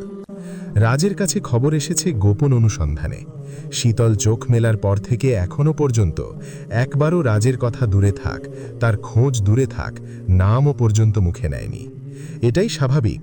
তার মতো কুখ্যাতা শয়তান জিনকে নিয়ে কেন একজন পাক পবিত্র নারী কিছু ভাববে বা খোঁজ রাখবে? নিজেকে নিজে সান্ত্বনা দিয়ে লাভ হলো না বেশিক্ষণ। মন যুক্তিতর্ক বোঝে না, মন বোঝে ভালোবাসা। আরও 7 রজনী ময়ূরপঙ্খী জাহাজ আরব সাগরে ভেসে বেড়াল। জিনরাজ 7 রজনী উদ্দেশ্যহীনভাবে সমুদ্রে জাহাজ ভাসিয়ে থাকার মনোবাসনা করেছেন। যেখানে এক মুহূর্তেই জিন সম্প্রদায় জায়গা বদল করতে পারে, কয়েক দিনের যাত্রা এক মুহূর্তেই শেষ করতে পারে, সেখানে শুধু শুধু সময় নষ্ট করে সমুদ্রে জাহাজ নিয়ে যাত্রার দরকার কি ছিল? জিনরাজের মাথা কি নষ্ট হয়ে গেছে? প্রত্যুত্তরে হাফিজা উদাস ভঙ্গিতে বলেছিল, জিনদেরও শখ আলাদা আছে, তাদেরও সমুদ্রে জাহাজ ভাসিয়ে ঘুরে বেড়াতে ইচ্ছে করে। শীতল আফসোসের স্বরে হ্যাঁ সূচক মাথা নাড়িয়ে বলল, আহা, তোমরা বেচারা জিন সম্প্রদায়। এই 7 দিন 7 রজনী রাজ শীতলের সামনে আসেনি, কিংবা তার উপর কোনো রকম হুকুমও জারি করেনি। সারাক্ষণ অন্ধকার কামরায় নিজেকে বন্দি করে রেখেছিল সে। শীতলও এর মধ্যে একবারও তার সাথে দেখা করতে আসেনি, কিংবা কোনো প্রকার খোঁজও নেয়নি। তবে মনে মনে একবার ভেবেছিল, জ্ঞান ফেরার পর থেকে জিনরাজ একবারও তার সামনে আসেনি কেন? একবারও তার উপর কোনো হুকুম জারি করছে না কেন? যে জিনরাজ তার জীবন প্রতিনিয়ত অতিষ্ঠ করে তুলতে পারলে শান্তি পেত, তবে কেন আজকাল সে ধরাছোঁয়ার বাহিরে থাকছে? ব্যাপার কি? পরক্ষণে ভাবল, সমুদ্রের ভ্রমণের আনন্দের জন্য নিশ্চয়ই অজস্র সুন্দরী গণিকাদের নিয়ে তিনি ব্যস্ত। খামখা তার মতো তুচ্ছ মানবী কাছে এসে সময় নষ্ট করবে কোন দুঃখে? রাত যখন গভীর, তখন জিনরাজ শীতলের কক্ষে প্রবেশ করল।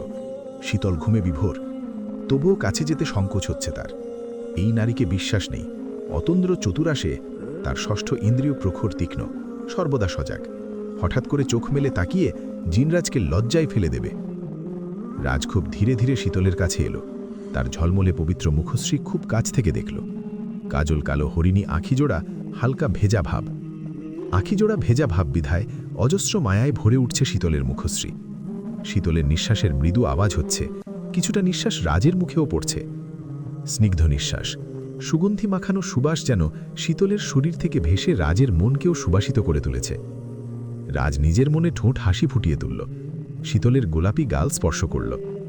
শীতল সাথে সাথে চোখ মেলে তাকালো। হালকা হাওয়া তার গায়ে লাগল। চারদিক শুনশান নীরবতা।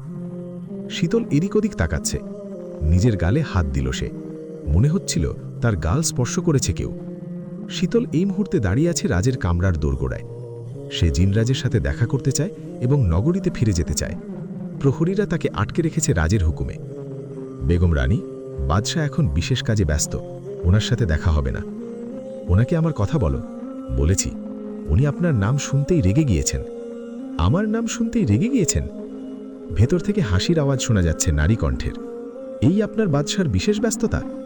প্রহরী মাথা নিচু করে ফেলল। তখনই ভেতর থেকে জিনরাজ বের হলেন। ওনার পরনে পাজামা, খালিকা। ভেতর থেকে আবারও গুণিকাদের হাসি শোনা গেল। রাজ দুই হাত কোমরে রেখে রাগান্বিত দৃষ্টি নিক্ষেপ করল শীতলের উপর। তোমার সাহস দেখে আমি বিস্মিত হইনি। বাদশার বিশেষ ব্যস্ততার সময় তুমি বিরক্ত করতে এসেছ, এরকম বেয়াদবি তোমার কাছ থেকেই আশা করা যায়। বেয়াদবির জন্য শাস্তির হুকুম দিন। অপরাধী আপনার সামনে হাজির। তোমার সাথে যত কথা হবে তুমি তত বেয়াদবি করবে। আসল কথা বলো। আমরা কেন নগরীতে ফিরে যাচ্ছি না? খামখা সময় নষ্ট করছি কেন? বাদশার আনন্দ ভ্রমণ নিয়ে তুমি প্রশ্ন করার কে? বাদশার আনন্দ ভ্রমণ তোমার কাছে খামোখা সময় নষ্ট? তোমাকে বেয়াদব ভেবে প্রুর করেছি। তুমি চরম বেয়াদব। আবারও হাসি এলো ভেতর থেকে। শীতলের জন্য গা জ্বলে যাচ্ছে এবার। বাদশাহ যত খুশি রাসলীলা করুক, তাতে শীতলের যায় আসে না। তবে বাদশার আনন্দ ভ্রমণে তাকে কেন দিনের পর দিন সমুদ্রে থাকতে হচ্ছে? আপনি যত খুশি তত আইয়েস করুন গণিকাদের সাথে। দয়া করে আমার নগরীতে যাওয়ার ব্যবস্থা করে দিন। রাজ হেসে বলল, তুমি কি ঈর্ষাবোধ করছ? শীতলের মনে আচমকা ধাক্কা লাগল। অপমানের ধাক্কা। সে কুখ্যাত হত্যাকারী, চরিত্রহীন, ধর্ম অবমাননাকারী জিনের জন্য ঈর্ষাবোধ করবে কোন দুঃখে? শীতল প্রত্যুত্তরে একদলা থুতু রাজের পায়ের সামনে ফেলে চলে গেল। রাজ মুচকি মুচকি হাসছে। প্রহরীরা সবাই অবাক। বাদশার অপমানকারী শীতলকে বন্দী করার জন্য প্রহরীরা ইশারার অপেক্ষা করছিল। বাদশাহ হাত ইশারা করে তাদের শান্ত হতে বলল এবং শীতলকে যেতে দিতে ইশারা করল। রাজকক্ষের একপাশে আধশোয়া, বিছানার পাশে গণিকাদের হাসি। অন্য সময় হলে সেও হাসিতে যোগ দিত, কিন্তু এখন তার হৃদয় সম্পূর্ণ অন্য একটি অনুভূতির জন্ম নিয়েছে, যার জন্য এই অনুভূতি শুধু তাকে চায় মন, অন্য কাউকে না। এই কয়দিন রাজ কোনো নারীকে স্পর্শ করেনি, করতে পারেনি। কত শত সুন্দরী পরীদের সৌন্দর্যে মোহিত হয়েছে সে, কিন্তু কারোর মনের সৌন্দর্য তাকে মোহিত করতে পারেনি। এত বছর পর সে এক মানবীর মনের সৌন্দর্যে মোহিত হয়েছে। তাকে ছাড়া অন্য কারোর কথা স্বপ্নেও আসে না। শীতলের সাথে একটু আগে কড়া আচরণ করা হয়েছে। মূলত শীতলের সামনে নিজের অনুভূতি প্রকাশ করতে চায় না সে। নিজের অনুভূতি ঢাকতেই শীতলের সাথে অমন ব্যবহার করেছে সে। প্রচণ্ড সংকোচ আর লজ্জাবোধ কাজ করছে তার মনে। শীতলের কাছে রাজের অনুভূতিগুলো চরম তুচ্ছ বলে গণ্য হবে।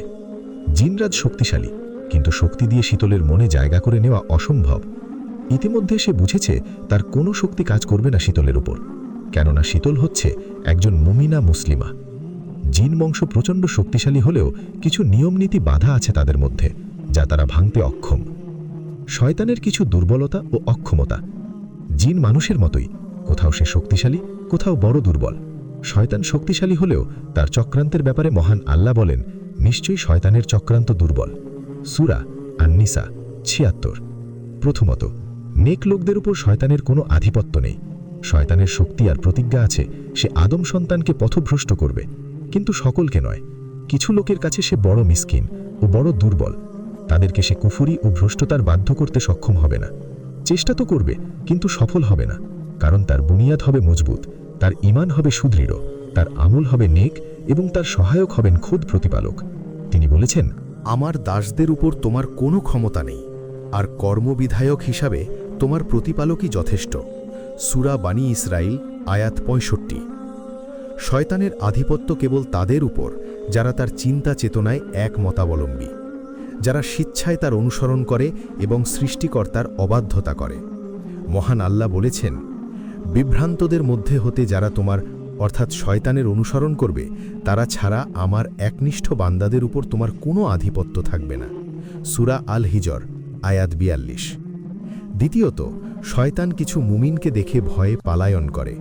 কোনো বান্দা যখন ইসলামে পরিপক্কতা লাভ করে, ঈমান তার মর্মমূলে বদ্ধমূল হয়, মহান আল্লাহর সীমারেখার হেফাজত করে, তখন শয়তান তার সাক্ষাতে ভয় করে এবং তাকে দেখে পলায়ন করে।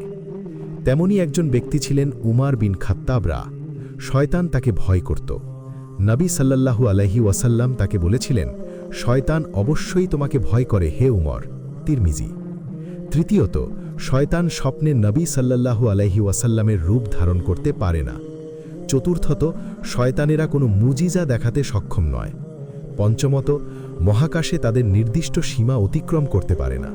ষষ্ঠত, আল্লাহর নাম নিয়ে বন্ধ দরজা তারা খুলতে পারে না। ভোরের আলো ফুটেছে, সেই আলোতে সমুদ্রের তীর দেখা যাচ্ছে। ওই তো কুহকাফ নগরীর প্রবেশের রাস্তা। আসমানে প্রচুর পঙ্খিরাজ ঘোড়া ডানা মেলে উঠছে। খুব সুন্দর একটা দৃশ্য। ওরা অপেক্ষা করছে নিজেদের পিঠে জিনরাজ আর বেগ রানীকে নগরীতে নিয়ে যাবার জন্য। শীতলের মন উৎফুল্লিত। জিনরাজ তাকে নিয়ে নগরীতে ফিরছে। তাহলে শীতল ইবাদাত সেরে নিজের কক্ষে বিশ্রাম করছে। দীর্ঘ সমুদ্র পাড়ি দেওয়ায় সে ক্লান্ত। বিশ্রাম নেওয়ার কিছুক্ষণ পর প্রধান কিছু দাসীগণ তাকে একটি খবর দিল। প্রতাপশালী এক শাহজাদি প্রাসাদে বেশ কিছুদিন আগে উপস্থিত হয়েছে। সে সকল পরীদের চেয়ে সেরা সুন্দরী। তাকে একবার দেখলে আর চোখ ফেরানো যাবে না। আর কণ্ঠস্বর, আহা কি যে মুগ্ধকর! শাহজাদির নাম লায়লা। তিনি বর্তমান বাদশাহর পিতা প্রাক্তন বাদশাহ ধীরাজের ছোট ভাই ধীরেনের কন্যা। শীতল শুধু বলল, ও আচ্ছা। নাফিজা বলল, উনি কিন্তু কঠিন নারী, খুব ভয়ঙ্কর। উনার নাম শুনলে সকল পরীরা ভয়ে কেঁপে ওঠে। উনি নিজের চেয়ে সুন্দর কিছুকে সহ্য করতে পারেন না। নিজের থেকে সুন্দর যা কিছু তিনি দেখেন তা নিশ্চিহ্ন করে দেয় তিনি। সুন্দরী পরীরা ভয়ে লুকিয়ে থাকে। শীতল ফুলদানিতে থাকা তাজা লাল টকটকে গোলাপ ফুলে ঠোঁট ছুঁয়ে সুবাস নিতে নিতে বলল, প্রথমত আমি পড়ি না, তাই আমার ভয়ে কাঁপার কিছু নেই। দ্বিতীয়ত, আবার বলছি, আমি পড়ি না, তাই আমার লুকিয়ে থাকার প্রয়োজন নেই। আর কিছু বলবে? উনি মানুষ সহ্য করতে পারেন না একদম। আজ পর্যন্ত যে সকল মানুষ তার সামনে ভুলক্রমেও চলে এসেছে, তারা কেউ প্রাণে বাঁচেনি। আগুন দিয়ে জীবন্ত পুড়িয়ে হত্যা করেছে শাহজাদি লায়লা। ও আচ্ছা, আসল কথাটা বলা হয়নি, বলে ফেলো। বাদশাহ রাজের বাগদত্তা হল শাহজাদি লায়লা। শীতল এই মুহূর্তে রাজের বাগদত্তাকে নিয়ে ভাবছে না। সে ভাবছে কেউ তাকে ধাক্কা দিয়ে গভীর সমুদ্রে ফেলে হত্যা করতে চেয়েছিল। সে কেউটা কে? রাজের মতো সেও জানে তাদের বিবাহ জিন বংশের উচ্চবিত্তরা মেনে নেয়নি বিধায় তাকে হত্যা করার জন্য মুখিয়ে আছে। জিন সম্প্রদায়ের মধ্যে কোনো জিন হবে এটা নিশ্চিত শীতল। শীতল গভীর আগ্রহে বিশাল আরশিতে নিজেকে দেখছিল। দাগগুলো কি এখনো আছে নাকি তা লক্ষ্য করছিল সে? উফ, কি কুৎসিত না তাকে দেখাচ্ছিল যখন সে মৃত্যুর মুখ থেকে ফিরে প্রথমবার চোখ মেলে তাকিয়েছিল। চাঁদের আলো তার মুখে পড়ছে। তার সুন্দর মুখখানা ঝলমল করছে চাঁদের আলোয়। কাটাছেঁড়া দাগগুলো মুছে গিয়েছে। মাংসাশী প্রাণীদের কথা ভাবতেই বুক ধক করে উঠল তার। কি ভয়ঙ্কর অভিজ্ঞতা! অসংখ্য প্রাণী তাকে কামড়ে আঁচড়ে, না না, আর কল্পনা করতে পারছে না সে। শীতল চোখ বন্ধ করে ফেলল। ভয়ে তার গলা শুকিয়ে গেছে। আরশির ভেতর থেকে কেউ একজন শীতলকে দেখছিল। হঠাৎই সে আরশি থেকে মুখ বের করে শীতলের দিকে ঝুঁকে এলো। চোখ বন্ধ থাকা ভয়ার্থ শীতলের মুখের দিকে তাকিয়ে রাজ মনে মনে বলল, প্রেমে পড়লে প্রেমিকের দেখার চোখ সুন্দর হয়ে যায়। সেই চোখে প্রেমিকা হয় পৃথিবীর সবচেয়ে রূপবতী। আমার বেগমের মুখশ্রী আমার দেখা সবচেয়ে সুন্দর মুখশ্রী। শীতলের গোলাপি মুখশ্রীর সুবাস নিতে নিতে মুগ্ধ হচ্ছে জিনরাজ। তার ঠোঁটে হাসির আভা। নিজের বেগমকে সে আরশি থেকে লুকিয়ে দেখছে, বেগমের কাছে ধরা পাওয়ার ভয়। রাজ দীর্ঘ নিঃশ্বাস ফেলল শীতলের মুখে। শীতল চোখ মেলে তাকালো। এক ঝটকা শীতল হাওয়া তার মুখে এসে পড়ল। শীতল নির্জনে হাম্মামখানায় গোসল করছে। দাসীরা কেউ নেই। শীতল নিজের কাজ একা করতেই পছন্দ করে। গোলাপ জল দিয়ে কেশ ধৌত করার সময় বিচিত্র এক আওয়াজ এলো তার কানে। হাম্মামখানার জলাশয় থেকে আওয়াজ আসছে। শীতল আওয়াজের তালে তালে জলাশয়ে নেমে এগোতে লাগল। যেখান থেকে আওয়াজ হচ্ছিল সেখানে আওয়াজ বন্ধ হয়ে গেল। শীতল এখন জলাশয়ের মাঝখানে। হাম্মামখানা একেবারে স্তব্ধ। একটু আগেও পাখিদের কিচিরমিচির আওয়াজ শোনা যাচ্ছিল। হঠাৎ সবকিছু এমন স্তব্ধ হওয়ার কারণ ভাবতে লাগল সে। হঠাৎই কালো মতো কি একটা জলাশয়ে ভেসে উঠল, আবার ডুবে গেল। পুরো জলাশয়ে কালো মতো কি একটা এমনভাবে ভাসছে আর ডুবছে যেন বিচিত্র কোনো খেলা হচ্ছে। শীতল এ কোন নগরীতে এসেছে যেখানে সবকিছু অলৌকিক, অকল্পনীয়, যা খুশি হতে পারে। আচমকা পানির নিচ থেকে শীতলের পা কেউ টেনে দৌড়ল। শীতলের মুখ থেকে আহ করে আওয়াজ বের হয়ে এলো। শীতলকে কোন শক্তি টেনে নিয়ে গেল পানির নিচে। অদৃশ্য শক্তি পানির নিচে তার গলা চেপে ধরেছে বিধায় সে কোনো পদক্ষেপ নিতে পারছে না। নাক দিয়ে মুখ দিয়ে গল গল করে পানি ঢুকে যাচ্ছে তার। এখন নিঃশ্বাসও নিতে পারছে না। শীতল সমস্ত শক্তি প্রয়োগ করে অদৃশ্য শক্তির থেকে নিজেকে ছাড়িয়ে নিল। পানির নিচ থেকে ভেসে উঠল সে। খক খক করে কাশছে শীতল। চোখ মুখ লাল টকটক। হঠাৎই পেছন থেকে তার কানে কানে কেউ ফিসফিস করে বলল, শাহজাদি লায়লার সাথে প্রথম সাক্ষাৎকে স্মৃতিচারণ করার জন্য সামান্য ব্যবস্থা। শীতল নিজেকে সামলে নিল। তার সামনে এখন সকল সুন্দরী পরীদের সেরা সুন্দরী পরী শাহজাদি লায়লা। শাহজাদির সৌন্দর্য যেন ঠিকরে পানিতে পড়ে ঝলমল করছে পানি। শীতলকে স্বীকার করতে হলো সে এর আগে এত সুন্দরী নারী আর দেখেনি। সবাই তাকে বলতো সে পৃথিবীর সবচেয়েও সুন্দরী নারী। তার সাথে পরীরাও টেক্কা দিতে লজ্জায় পড়ে যাবে। শাহজাদিকে দেখে শীতলের ভুল ভাঙল। শাহজাদির যেমন রূপ তেমন কণ্ঠ। শাহজাদি লায়লা সত্যি প্রশংসার দাবিদার। এমনভাবে বহু মানবদের আমি মৃত্যুদণ্ড দিয়েছি। ডাঙায় তোলা মাছের মতো ছটফট করতে থাকা দৃশ্য দেখলে আমার মনে শান্তি অনুভব হয়। এটা আমার একটা খেলা। ভাবলাম প্রিয় খেলাটা তোমার সাথে একটু খেলি। তো কেমন লাগলো মরুভূমির মানব বংশের শাহজাদির কাছে কোহকাফের জিন বংশের শাহজাদির প্রথম সাক্ষাৎ? শীতল হাসল। হাসতে হাসতে শীতল আল্লাহ আকবার বলতে বলতে লায়লার গলা চেপে ধরে সেও তার মতো পানিতে ডুবিয়ে রাখল। লায়লা মাছের মতো ছটফট করতে লাগল। পানির নিচে থাকলে জিনদের সাধারণত কোনো সমস্যা হয় না, কিন্তু কেউ গলা চেপে ধরে রাখলেই জীবন সংশয় হয়ে দাঁড়ায়। মনে হচ্ছে এখনই তার জীবন শেষ হয়ে যাবে। সে তার কোনো শক্তি প্রয়োগ করার সুযোগ বা সময় পাচ্ছে না। হঠাৎ শীল লায়লাকে ছেড়ে দিল। লায়লা হাঁপাচ্ছে। শীতল ডাঙায় উঠে এলো। পেছন পেছন লায়লাও উঠে এলো। তো শাহজাদি, কেমন লাগলো মান কন্যার সাথে প্রথম সাক্ষাৎ? আমিও তোমার মতো বহু দুষ্টু মিষ্টি জিনদের গলা টিপে টিপে হত্যা করেছি। দুষ্টু জিনদের দম বন্ধ করে মৃত্যুদণ্ড দিতে আমারও ভালো লাগে। মনে শান্তি অনুভব হয়। আর হ্যাঁ, আমি একা কেন আমাদের প্রথম সাক্ষাতের স্মৃতি মনে রাখব। তুমিও এবার স্মৃতি মনে রাখবে, কেমন? লায়লা নিজেকে সামলে নিল। শাহজাদি, তোমাকে যতটা বুদ্ধিমতী ভেবেছি তুমি তার চেয়ে বেশি বুদ্ধিমতী। ভাবার জন্য শুক্রিয়া। বেশি বুদ্ধিমতী কিনা তা জানি না, তবে তোমার সমান সমান হয়ে যাব আমি নিশ্চিত। দারুণ। আমার চেয়ে কম বুদ্ধিমতীদের সাথে টক্কর দিতে দিতে আমি ক্লান্ত।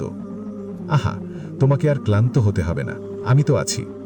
খেলা তাহলে জমে উঠবে? অবশ্যই, খুব মধুরও হবে। শীতল হেসে বলল, তুমি নিশ্চিত থাকতে পারো, আমি তোমাকে নিশ্চয়তা দিলাম। রোজগার মতো প্রাত্যহিক ইবাদত শেষে শীতল কোরআন তেলাওয়াত করছিল, আর তার তেলাওয়াত শোনার জন্য লুকিয়ে লুকিয়ে ঝাঁকে ঝাঁকে পরীরা ভিড় জমালো। তাদের মনে রইল না তাদের বংশের রীতির কথা। শীতল তেলাওয়াত শেষে কিছু হাদিসের বর্ণনা করে, যা শুনতে পরীদের ভালো লাগে। মন পবিত্র হয়ে যায়, মনে শান্তি আসে। আজও তার ব্যতিক্রম হল না। সবাই মন্ত্রমুগ্ধের মতো তার কথাগুলো শ্রবণ করছে। আল্লাহ তাআলার বিভিন্ন অনুশাসনের মধ্যে পবিত্রতা অবলম্বন করা একটি বিশেষ নির্দেশ। এই পবিত্রতা শুধু বাহ্যিক পবিত্রতা নয়, বরং বিশ্বাসের পবিত্রতা, কর্মের পবিত্রতা, শারীরিক ও মানসিক পবিত্রতা, আর্থিক পবিত্রতা, বাহ্যিক ও অভ্যন্তরীণ পবিত্রতা, পরিবেশের পবিত্রতা বুঝায়। এক কথায় সর্বক্ষেত্রে পবিত্রতা অবলম্বনের শিক্ষা আমরা পবিত্র কোরআন থেকেই পেয়ে থাকি। কেননা আল্লাহ তাআলা বলেন, যে বিষয়ে তোমার জ্ঞান নেই সে বিষয়ে কোনো অবস্থান নিও না। নিশ্চয়ই কান, চোখ, হৃদয় এগুলোর প্রতিটি সম্পর্কে কৈফিয়ত তলব করা হবে। আমরা যদি নিজেকে নিয়ে আত্মবিশ্লেষণ করি তাহলে প্রত্যক্ষ করব আমাদের কর্মময় জীবনের বেশিরভাগই চলছে অপবিত্রতার মধ্য দিয়ে। কেননা আমি যখন কোনো বিষয়ে ওয়াদা করি তখন তা ভঙ্গ করছি, নিজের সুখের জন্য অন্যের জীবনে সংকট তৈরি করছি। এক কথায় এমন কি পাপ আছে যা আজ আমার দ্বারা সংঘটিত হচ্ছে না, যার ফলে আজ আমাদের দুঃখ কষ্টও পিছু ছাড়ছে না। সমগ্র বিশ্ব যেন আজ অবক্ষয়ের অতল গহ্বরে বিমজ্জিত। আমরা মানব আর জিন গোষ্ঠীরা যদি পবিত্র ও সৎভাবে জীবনযাপনের চিন্তাভাবনা করতাম তাহলে পৃথিবীতে এত অশান্তি দেখা দিত না।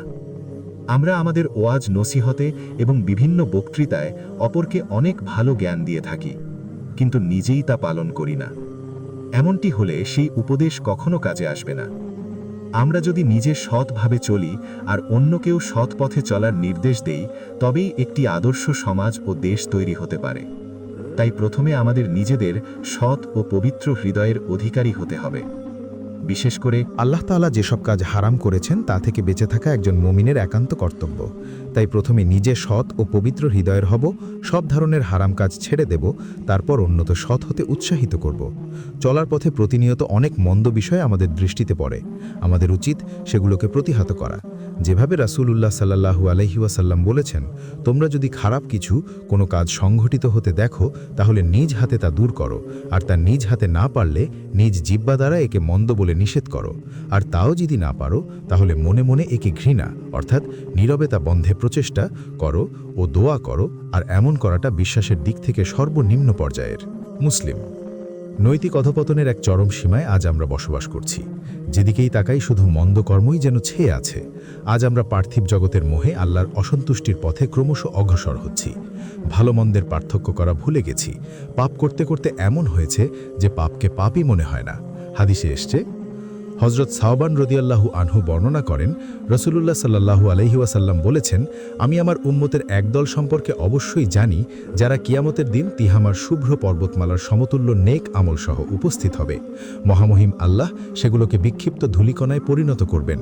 সাওবান রাদিয়াল্লাহু আনহু বলেন, হে আল্লাহর রাসূল, তাদের পরিচয় পরিষ্কারভাবে আমাদের কাছে বর্ণনা করুন, যাতে অজ্ঞাতসারে আমরা তাদের অন্তর্ভুক্ত না হই। তিনি বলেন, তারা তোমাদেরই ভাই বেরাদর এবং তোমাদের সম্প্রদায়ভুক্ত। তারা রাতের বেলা তোমাদের মতো ইবাদত করবে, কিন্তু তারা এমন লোক যে একান্ত গোপনে আল্লাহর হারামকৃত বিষয়ে লিপ্ত হবে। ইবনে মাজাহ। আসলে মানুষের সামনে নিজেকে আমরা অনেক সৎ ও মুমিন বানিয়ে রাখি, কিন্তু আমাদের হৃদয়গুলো পাপে ভরপুর, যার ফলে আল্লাহর রহমত থেকে আমরা ক্রমশ দূরে সরে যাচ্ছি। রহমতের বৃষ্টির ফোঁটা আমাদের উপর আর বর্ষিত হচ্ছে না। বিপদের পর বিপদ আসছে, একটি বিপদ যাওয়ার আগে আরেকটি বিপদ উপস্থিত। এসব দেখেও আমরা উপলব্ধি করতে পারছি না যে আমাদের হৃদয়গুলোকে পবিত্র করা প্রয়োজন রয়েছে। অথচ আল্লাহ এবং তার রাসূল সাল্লাল্লাহু আলাইহি ওয়াসাল্লাম আমাদেরকে সতর্ক করে গেছেন আমরা যেন সৎ কাজে লিপ্তে থাকি। আমরা যদি সৎ কাজ ও সর্বক্ষেত্রে পবিত্রতা অবলম্বন করি তাহলে আল্লাহ পাকের কৃপার চাদরে আমরা আবৃত থাকব, আর আল্লাহ নিরাপত্তায় থাকলে দুনিয়ার বিপদ আমাদের কোনো ক্ষতি করতে পারবে না। তাই আমাদের উচিত সব ধরনের মন্দ কাজ পরিহার করে সব কাজে নিজেদের হৃদয়কে পবিত্র করার চেষ্টা করি, আল্লাহর সন্তুষ্টি অর্জনের চেষ্টা করি। আল্লাহ তাআলা আমাদের সবাইকে তার সন্তুষ্টি অর্জনের তৌফিক দান করুন। আমিন। জিনরাজ সিংহাসনে বসে প্রতিদিনের মতো দরবার করছিল। দরবারের মধ্যেই অদৃশ্য এক গুপ্তচর বাদশাহের কানে কানে দুই শাহজাদির মধ্যে হাম্মামখানার লড়াইয়ের কথা জানালো। বাদশাহ কপালে হাত দিয়ে নিজের মনে হাসল। রাজ নিজ কক্ষে গভীর চিন্তায় মগ্ন। এখনও সে শীতলকে হত্যা চেষ্টায় মূল অপরাধীকে শনাক্ত করতে পারেনি। তার জীবনে এ পর্যন্ত কোনো পরাজয় ঘটেনি। সে পরাজিত হবার পাত্র নয়। হত্যাকারী যেখানেই লুকিয়ে থাকবে সেখান থেকেই তাকে বের করে আনা হবে। আজ পর্যন্ত তার বংশের কিংবা তার নিজের ক্ষতি সাধনের কথা যদি স্বপ্নেও কেউ ভেবেছে তো তাকে স্বপ্নেই হত্যা করেছে রাজ। যারা এ পর্যন্ত তাকে শিকার করার ষড়যন্ত্রের জাল বিছিয়েছে তাদের ষড়যন্ত্রের জাল ছিঁড়ে বেরিয়ে শিকারীদের তার শিকারে পরিণত করেছে। সে এটুকু বুঝেছে হত্যাকারী সাধারণ কেউ নয়, সাধারণ কারো স্পর্ধা হবে না, সকল জিনদের জিনদের বাদশাহের বেগমের কোনরূপ ক্ষতি সাধন করতে। হত্যাকারী অবশ্যই শক্তিমান কেউ হবে। জিনরাজের সাথে মানবকন্যার বিবাহ অনেকে মেনে নিতে পারেনি, হতে পারে তাদের মধ্যেই কেউ, কিন্তু কে সে? কার এত বড় স্পর্ধা? রাজ কারো উপস্থিতি টের পেল। রাজের ঘাড়ে কেউ নিঃশ্বাস ফেলছে। সে নিজের মনে হাসল। অদৃশ্য একজোড়া হাত তার সারা গায়ে হাত বুলাচ্ছে। শাহজাদি লায়লা দৃশ্যমান হতেই রাজ এক নিমিষেই উধাও হয়ে তার পিছনে উদয় হল এবং দুই হাত পিছন থেকে চেপে ধরল। শাহজাদি লায়লা বলল, গোস্তাখি মাফ করবেন এই নাদানপুরী, আমার প্রয়াস ছিল বাদশাকে চমকে দিয়ে ঠাট্টার শিকার বানানে। শাহজাদি হয়তো জানে না জিন বাদশাকে যে শিকার করতে আসবে সেই বাদশাহের শিকারে পরিণত হবে। শাহজাদি ঘুরে ফিরে বাদশাকে লক্ষ্য করতে লাগল। বাদশাহ ভ্রু কুচকাল। দেখছিলাম আমার ছোটবেলার খেলার সাথীকে বাদশা রূপে কেমন দেখাচ্ছে। তো নতুন কিছু খুঁজে পেলে তোমার খেলার সাথীর মধ্যে? লায়লা কক্ষের মধ্যে রাখা বাদশাহী মুকুট হাতে নিয়ে বাদশাহের মাথায় তা পরিধান করিয়ে দিল। নিচু হয়ে কুর্নিশ করে বলল, জয় জিনদের রাজা ধীরাজ বাদশার রাজের জয়। বাদশাহ খুশি হয়ে ইশারা করলে মাথা উঁচু করতে। লায়লা মাথা উঁচু করে বলল, সবসময় এই মুকুট আপনার মস্তকে পরিধান করতে হবে। এটা শুধু মুকুট নয়, এটা আভিজাত্য, ক্ষমতা, অজেয় হওয়ার মুকুট। প্রতিনিয়ত মুকুট আপনাকে মনে করিয়ে দেবে আপনি কে, আপনার লক্ষ্য কি। রাজের বাদশাহী তলোয়ার হাতে দিয়ে লায়লা আবারও বলল, এই নিন তলোয়ার, সর্বদা এটা আপনার সাথী। আপনার তলোয়ার আপনার শক্তির আধার। সমস্ত শত্রুদের নিশ্চিহ্ন করে দেবেন আপনার তলোয়ারের আঘাতে। আপনার তলোয়ারের আঘাতে আঘাতপ্রাপ্ত হওয়ার পূর্বেই যেন শত্রুরা কেঁপে ওঠে। রাজ তলোয়ার নিল। শাহজাদি লায়লা এবার বাদশাকে পেছন থেকে জড়িয়ে ধরে নরম স্বরে বলল, আমার ছোটবেলার খেলার সাথীকে যেভাবে দেখেছিলাম সে কি সেভাবেই আছে নাকি মধ্যে গেছে? আচ্ছা, আমার কথা কি তোমার একবারও মনে পড়েনি? আমার তো প্রতিটি মুহূর্তে তোমার কথা মনে পড়েছে। দিবারাত্রিতে শুধু তোমার কথা ভেবে কাটিয়েছি। রাজের দৃষ্টি এবং মন দুটোই এখন শীতলের মধ্যে আবদ্ধ। কক্ষের বারান্দা থেকে ফুলের বাগান দেখা যাচ্ছে। শীতল ফুল কোড়াচ্ছে দাসীদের নিয়ে। হালকা হাসির আওয়াজও ভেসে আসছে। রাজের হৃদয় এখন প্রচণ্ড গতিতে বেড়ে চলেছে। মনে হচ্ছে এখনই তার হৃদয় শরীর থেকে বের হয়ে আসবে। লায়লা আবারও বলল, তোমাকে নিয়ে সারাক্ষণ আমার ভাবতে ভালো লাগে প্রিয়তম। প্রিয়তম, তুমি কি আমার কথা শুনতে পাচ্ছ? ওদিকে কোথায় তাকিয়ে? পুরো বাক্যটা শেষ হওয়ার পূর্বেই সে শীতলকে দেখতে পেল। লায়লা রাজের চোখের দিকে তাকালো। সেই চোখ এখন শীতলের দিকে নিবদ্ধ। আশেপাশে বিন্দু পরিমাণ লেশমাত্র নেই। ঠোঁট জোড়ায় হাসির আভা। লায়লাকে অবাক করে দিয়ে রাজ মন্ত্রমুগ্ধের মতো এগিয়ে গেল শীতলের দিকে। লায়লার চোখ থেকে আগুন বের হচ্ছে। সে আগুনে যেন ছারখার হয়ে যাবে পৃথিবী। বাদশাহের আগমনে দাসীরা কুর্নিশ করে স্থান ত্যাগ করল। আমার মরুভূমি হুর, আমার প্রিয় বেগম, আমার জঙ্গলি হরিণ ফুলের বাগানে কি করছে? আমার একটা সুন্দর ঘোড়া আছে, সেটার ঘাস কাটছি। বাগানে নরম নরম তুলতুলে ঘাস জন্মেছে, এই দেখুন। সত্যি, ঘাসগুলো খুব নরম নরম, তুলতুলে, ঠিক আমার বেগমের মতো। আমার কক্ষের বারান্দায়ও এমন নরম তুলতুলে ঘাস জন্মেছে। সেখান থেকে ঘাস সংগ্রহ করতে পারো। আপনি মশকরা করছেন? অবশ্যই না। ফুলের বাগানে ফুল তোলা হয়, এটা কি জানেন না? নামে তো আপনি ব্যাপক বাদশাহ। বাদশাহ শীতলের কথার জবাব না দিয়ে তার হাতে থাকা রজনীগন্ধার ওপর ঝুঁকে দীর্ঘক্ষণ সুবাস নিচ্ছে। শীতল অস্বস্তি অনুভব করছে। মনে মনে বলল, আমার হাতে থাকা ফুলের সুবাস না নিয়ে তোর বাগানের ফুলের সুবাস নে। যতক্ষণ ইচ্ছে ততক্ষণ নে। তোর তো আস্ত বাগান পড়েই আছে, যত সব। কিছু বললে? শীতল হাসল। মনে মনে আমার প্রশংসা করা শেষ হলে তোমার হাতে তোলা ফুলগুলো আমার কক্ষে দিয়ে আসবে। শীতল ফুলগুলোতে হাত বুলিয়ে বলল, ফুল হলো পবিত্র, সৌন্দর্যের প্রতীক। ফুলের সৌন্দর্য অসভ্য হিংস্র পশু বা বর্বর জানোয়ারদের বোঝার ক্ষমতা নেই। পশু জানোয়াররা বোঝে রক্ত, লাল টকটকে রক্ত। রক্ত এদের অপবিত্রতা আর কুৎসিত মনের প্রতীক। জিনরাজ চোখ বন্ধ করে দুই হাত মুষ্টিবদ্ধ করল। মনে হচ্ছে তার কানে কেউ গরম সীসা ঢেলেছে, শরীরে ঢেলেছে গরম তেল। শীতলের কথাগুলো রাজের শরীরে সূচ হয়ে ঢুকে হৃদয়কে ক্ষতিবিকদ্ধ করে ভাল হয়ে বের হয়েছে। কথাগুলো মরিচের মতো জ্বলছে তার হৃদয়। হিতাহিত জ্ঞান হারিয়ে সে হুঙ্কার ছাড়ল। পুরো প্রাসাদ কেঁপে উঠল। রাজ হুঙ্কার দিয়ে বলল, কে কোথায় আছো? এই বেয়াদব শাহজাদিকে অন্ধকার কুটির কারাগারে নিক্ষেপ করো। শতকখানেক প্রহরী ছুটে এলো। শীতলকে অপরাধীর মতো ঘিরে ধরল। শীতল শান্ত স্বরে বলল, তার দরকার নেই, আমি নিজেই কারাগারে যেতে পারব। শীতল কারাগারের দিকে রওনা হয়েছে, স্বাভাবিকভাবে, যেন কিছুই হয়নি। রাজ হিংস্রভাবে দৃষ্টি নিক্ষেপ করে আছে শীতলের যাওয়ার পথে। শীতলকে কাল কুঠুরিতে নিক্ষেপ করা হয়েছে। বাদশাহ জিনরাজের কারাগার যেন জাহান্নামের অংশবিশেষ। এখানে যে আসে সে ফিরে যেতে পারে না, তার মৃত্যু অবধারিত। কালকুঠরি আগ্নেয়গিরির পাশে স্থাপন করা হয়েছে। একটু পরপর আগ্নেয়গিরি থেকে উত্তপ্ত গলিত লাভা বের হয়ে আসার বিকট আওয়াজ ভেসে আসে কালকুঠরির কারাগারে। তার সাথে বন্দীদের অমানবিক নির্যাতনের চিৎকারও ভেসে আসে, যা বন্দীদের ভয়ার্ত মনকে দুর্বল থেকে আরও দুর্বল করে তোলে। এছাড়া আগ্নেয়গিরির লাভার অসহনীয় উত্তাপ সহ্য করা অসম্ভব। প্রবেশ করার কিছুক্ষণের ভেতরেই শরীরে জ্বালাপোড়া ভাব শুরু হয়। এখানকার আরেকটি ভয়ার্ত বিষয় হল অন্ধকার। কালকুঠরি সর্বদা নিকষ কালো ভুতুড়ে অন্ধকারে আচ্ছন্ন থাকে। এখানে আলাদা কোনো আলোর ব্যবস্থা নেই। আগ্নেয়গিরির লাল অগ্নিশিখাগুলো মাঝে মধ্যে আলোকিত করে তোলে।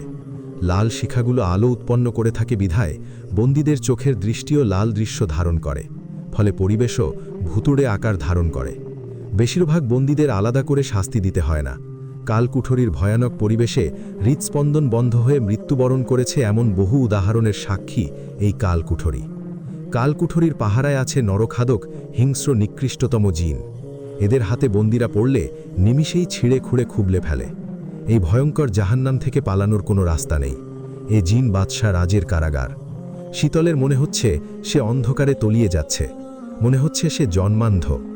হঠাৎই অন্ধকার থেকে অজস্র চিৎকার ভেসে এলো। শীতলের আত্মাকে নিমিষেই যা কাঁপিয়ে দিল। শীতল দুই কান বন্ধ রাখল। কিছুক্ষণ পর আগ্নেয়গিরির লাল আভায় চারিদিক আলোকিত হয়ে উঠল। শীতলের চোখের দৃষ্টি যেন লাল হয়ে গেল মুহূর্তেই, ফলে অতি প্রাকৃত লাগছে কুঠরির দৃশ্যগুলো। শীতল ভয়াবহ ধরনের উত্তাপ অনুভব করল। অগ্নিলাভার উত্তাপে তার শরীর জ্বলে যাচ্ছে, পুড়ে যাচ্ছে। শীতল চোখ বন্ধ করে আল্লাহকে স্মরণ করল। হে আল্লাহ তাআলা, আমাকে রক্ষা করো এই জালিমদের হাত থেকে। আমাকে ধৈর্য দাও, যেন আমি এই জাহান্নামে বেঁচে থাকতে পারি। রাজ ডানা মেলে আসমানে উড়ছে, একের পর এক চক্কর দিচ্ছে। তার মন অশান্ত। শাহজাদি তাকে চরম অপমান করেছে। জিনদের সবচেয়ে শক্তিশালী বাদশাকে সে নিকৃষ্ট অসভ্য পশু জানোয়ারদের সাথে তুলনা করেছে। আহা, সহ্য হচ্ছে না। কি চরম অপমান! এই অপমানের শাস্তি কিছুটা হলেও দিতে হবে শাহজাদিকে। তাই তো সে শাহজাদিকে কালকুঠরির এক সাধারণ কারাগারে নিক্ষেপ করার আদেশ দিয়েছে। সেখানে তার কোনো কষ্ট হবে না বিশেষ। এক রাত সেখানে কাটালে শাহজাদির জেদ কিছুটা কমে যাবে। লায়লা প্রাসাদের কক্ষের বারান্দা থেকে রাজকে উড়ন্ত দেখছে। আজ তার মনকে খুশিতে ভরে দিয়েছে রাজ। শাহজাদিকে সে কারাগারে নিক্ষেপ করেছে। যদিও রাজ সাধারণ কুটিরে নিক্ষেপের আদেশ দিয়েছে, কিন্তু লায়লা নিজের খুশি বাড়াতে রাজের অগোচরে তার নিজের বিশ্বস্ত প্রহরীদের দিয়ে সবচেয়ে ভয়ানক কালকুঠরির কারাগারে নিক্ষেপ করেছে। শাহজাদির অবস্থার কথা ভেবে লায়লা মনে মনে আফসোস করল। আহ, বেচারি সরল শাহজাদি। শীতল এরকম জাহান্নামের মধ্যে থেকেও আল্লাহর ইবাদতে মশগুল করল নিজেকে। ভয়ঙ্কর পরিস্থিতিতে সবচেয়ে বুদ্ধিমানের কাজ হল উপরওয়ালার ইবাদতে মশগুল থাকা। এতে যত বিপদ আছে তা আল্লাহর উপর ছেড়ে দেওয়া যায়। যা হবে তা আল্লাহ তাআলা দেখবেন। শীতল আল্লাহ তাআলার উপর ভরসা করে আছে। বিপদের কারণ ও করণীয়। আল্লাহ তাআলা মানুষকে পরীক্ষা করার বিষয়ে কুরআনে পাকে উল্লেখ করেন, নিশ্চয়ই আমি তোমাদেরকে কিছু ভয় ও ক্ষুধা দ্বারা এবং কিছু ধন সম্পদ, প্রাণ ও ফলের ক্ষতির মাধ্যমে পরীক্ষা করব। আর আপনি ধৈর্যশীলদের সুসংবাদ দিন, যারা তাদের উপর কোনো বিপদ আপদ আসে তখন তারা বলে, নিশ্চয়ই আমরা আল্লাহর জন্য এবং নিশ্চিতভাবে তার দিকেই ফিরে যাব। সূরা বাকারা 155-156। কখনো কখনো মানুষের ওপর বালা মুসিবত ও বিপদ আপদ তাদের পাপ বা অন্যায়ের কারণে এসে থাকে। এটা এজন্য আসে যে তারা যেন ভবিষ্যতে পাপ বা অন্যায় করা থেকে সতর্ক হয়ে যায়। সুতরাং বান্দার বিপদ আপদ এক ধরনের রহমত। আবার কখনো কখনো মানুষের ঈমানি পরীক্ষা স্বরূপ বালা মুসিবত এসে থাকে। এতে ধৈর্য ধারণে তাদের মর্যাদা বেড়ে যায়। এটাও আল্লাহ তাআলার রহমত। তবে যখনই কোনো মানুষের বিপদ আপদ আসবে তখনই মনে করতে হবে তার নিজের অন্যায়, ভুল বা পাপের কারণেই এসে থাকে। আর এই বিপদ আপদের পরিপ্রেক্ষিতে বান্দাকে হতে হবে আল্লাহর প্রতি বিনয়ী, ক্ষমা চাইতে হবে দয়াময় আল্লাহর কাছে। বিপদ আপদে ও বালা মুসিবতে করণীয়। বিপদ আপদে বিচলিত না হয়ে এটাকে আল্লাহর রহমত মনে করা। এ বিপদ মুসিবত নিজের পাপ ও অন্যায়ের কারণে ঘটেছে মনে করে আল্লাহর কাছে ক্ষমা প্রার্থনায় বিনয়ী হওয়া। বিপদ থেকে আত্মরক্ষায় আল্লাহর কাছে অবনত মস্তকে ক্ষমা চাওয়া। আল্লাহর কাছে বিপদ চেয়ে নেওয়া ঠিক নয়। বিপদ ও মুসিবতের সবর অবলম্বন করা, বেসবরি ও হা হুতাশ করা থেকেও বিরত থাকা। যে কোনো বিপদ মুসিবতে সালাতুল হাজাত 2 রাকাত নামাজ আদায় করে নেয়া, নামাজ পড়ে বিপদ আপদ থেকে ক্ষমা প্রার্থনা করা প্রিয় নবী সাল্লাল্লাহু আলাইহি ওয়াসাল্লামের সুন্নত। বিপদ আপদে বা কোনো জটিল সমস্যা দেখা দিলে বেশি বেশি আল্লাহর স্মরণ করা, কোনোভাবেই ইবাদত বন্দেগী ও আল্লাহর জিকির থেকে গাফেল না হওয়া। বিপদ ও মুসিবত যত ছোটই হোক বা যত বড়ই হোক, সবসময় উল্লেখিত দোয়া পড়া। মনে রাখতে হবে, যদি শরীরে একটি কাঁটাও বিধে তাহলেও এ দোয়া পড়া। ইন্না লিল্লাহি ওয়া ইন্না ইলাইহি রাজিউন, আল্লাহুম্মা আজিরনি ফি মুসিবাতি ওয়া আখলুফলি খাইরাম মিনহা। মুসলিম। উল্লেখ্য যে মানুষের কোনো কিছু হারিয়ে গেলে 41 বার ইন্না লিল্লাহি ওয়া ইন্না ইলাইহি রাজিউন পড়া অত্যন্ত ফলদায়ক ও পরীক্ষিত আমল। তাই দুনিয়ার সব ধরনের বিপদ আপন বালা মুসিবতে ধৈর্যের মাধ্যমে আল্লাহর জিকির আজকার ও তার সাহায্য কামনা করা উচিত। প্রিয় নবী সাল্লাল্লাহু আলাইহি ওয়াসাল্লামের শিখানো দোয়া পড়াও জরুরি। আল্লাহ তাআলা মুসলিম উম্মাকে উল্লেখিত নিয়মগুলোর পালনের মাধ্যমে তার কাছে সাহায্য প্রার্থনা করার তৌফিক দান করুন। আমিন। হঠাৎই শীতলের খুব কাছ থেকে কেউ তাকে ডেকে উঠল। শীতল চমকিত স্বরে বলল, কে? প্রকাণ্ড এক ছায়া ভেসে উঠল তার সামনে। শীতল ছায়াকে অনুসরণ করতে লাগল। লায়লা রাজের সামনে বসে আছে। রাজ চোখ বন্ধ করে আছে। লায়লা হাসিমাখা কণ্ঠে বলল, বাদশা কি নিয়ে চিন্তিত? তোমার জানার প্রয়োজন নেই, কি জন্যে এসেছ বলো। লায়লা মনে মনে বলল, আমিই তো তোমার সকল প্রয়োজন সমূহ জানব। মুখে বলল, আরব সাগরের এক বিশেষ অঞ্চলের নিচে আমি কিছু অমূল্য রত্নের কথা শুনেছি। সেগুলো এখনো পর্যন্ত কেউ চোখে দেখেনি। মানুষ বা জিন কেউই রত্নগুলো সংগ্রহ করতে সক্ষম নয়।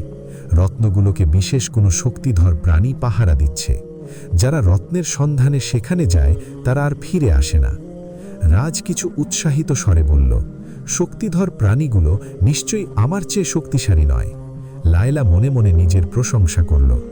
এই তো সে রাজের মন থেকে শীতলের চিন্তা দূর করতে পেরেছে। লায়লা জানে কিভাবে রাজকে নিয়ন্ত্রণ করা যায়। নিজের থেকে শক্তিশালী কিছুর কথা শুনলেই সে সব কিছু ভুলে যায়। লায়লা ভুবন মোহিনী হাসি দিয়ে রাজের কথায় সায় দিল। রাজকে পেছন থেকে জড়িয়ে ধরে বলল, তার বলতে বাদশা জিন রাজ পৃথিবীর সকল প্রাণীর থেকে শক্তিশালী। সময় এসেছে নিজের শক্তিকে আবারও পৃথিবীর সামনে প্রদর্শন করার। শীঘ্রই দেখিয়ে দিন প্রাণীগুলোকে হত্যা করে রত্নগুলোকে জয় করে। অবশ্যই। মুন আপুর সকল ও নতুন গল্প পেতে রোম্যান্টিক ইসলামিক গল্প পেজটিতে লাইক দিয়ে সাথে থাকুন।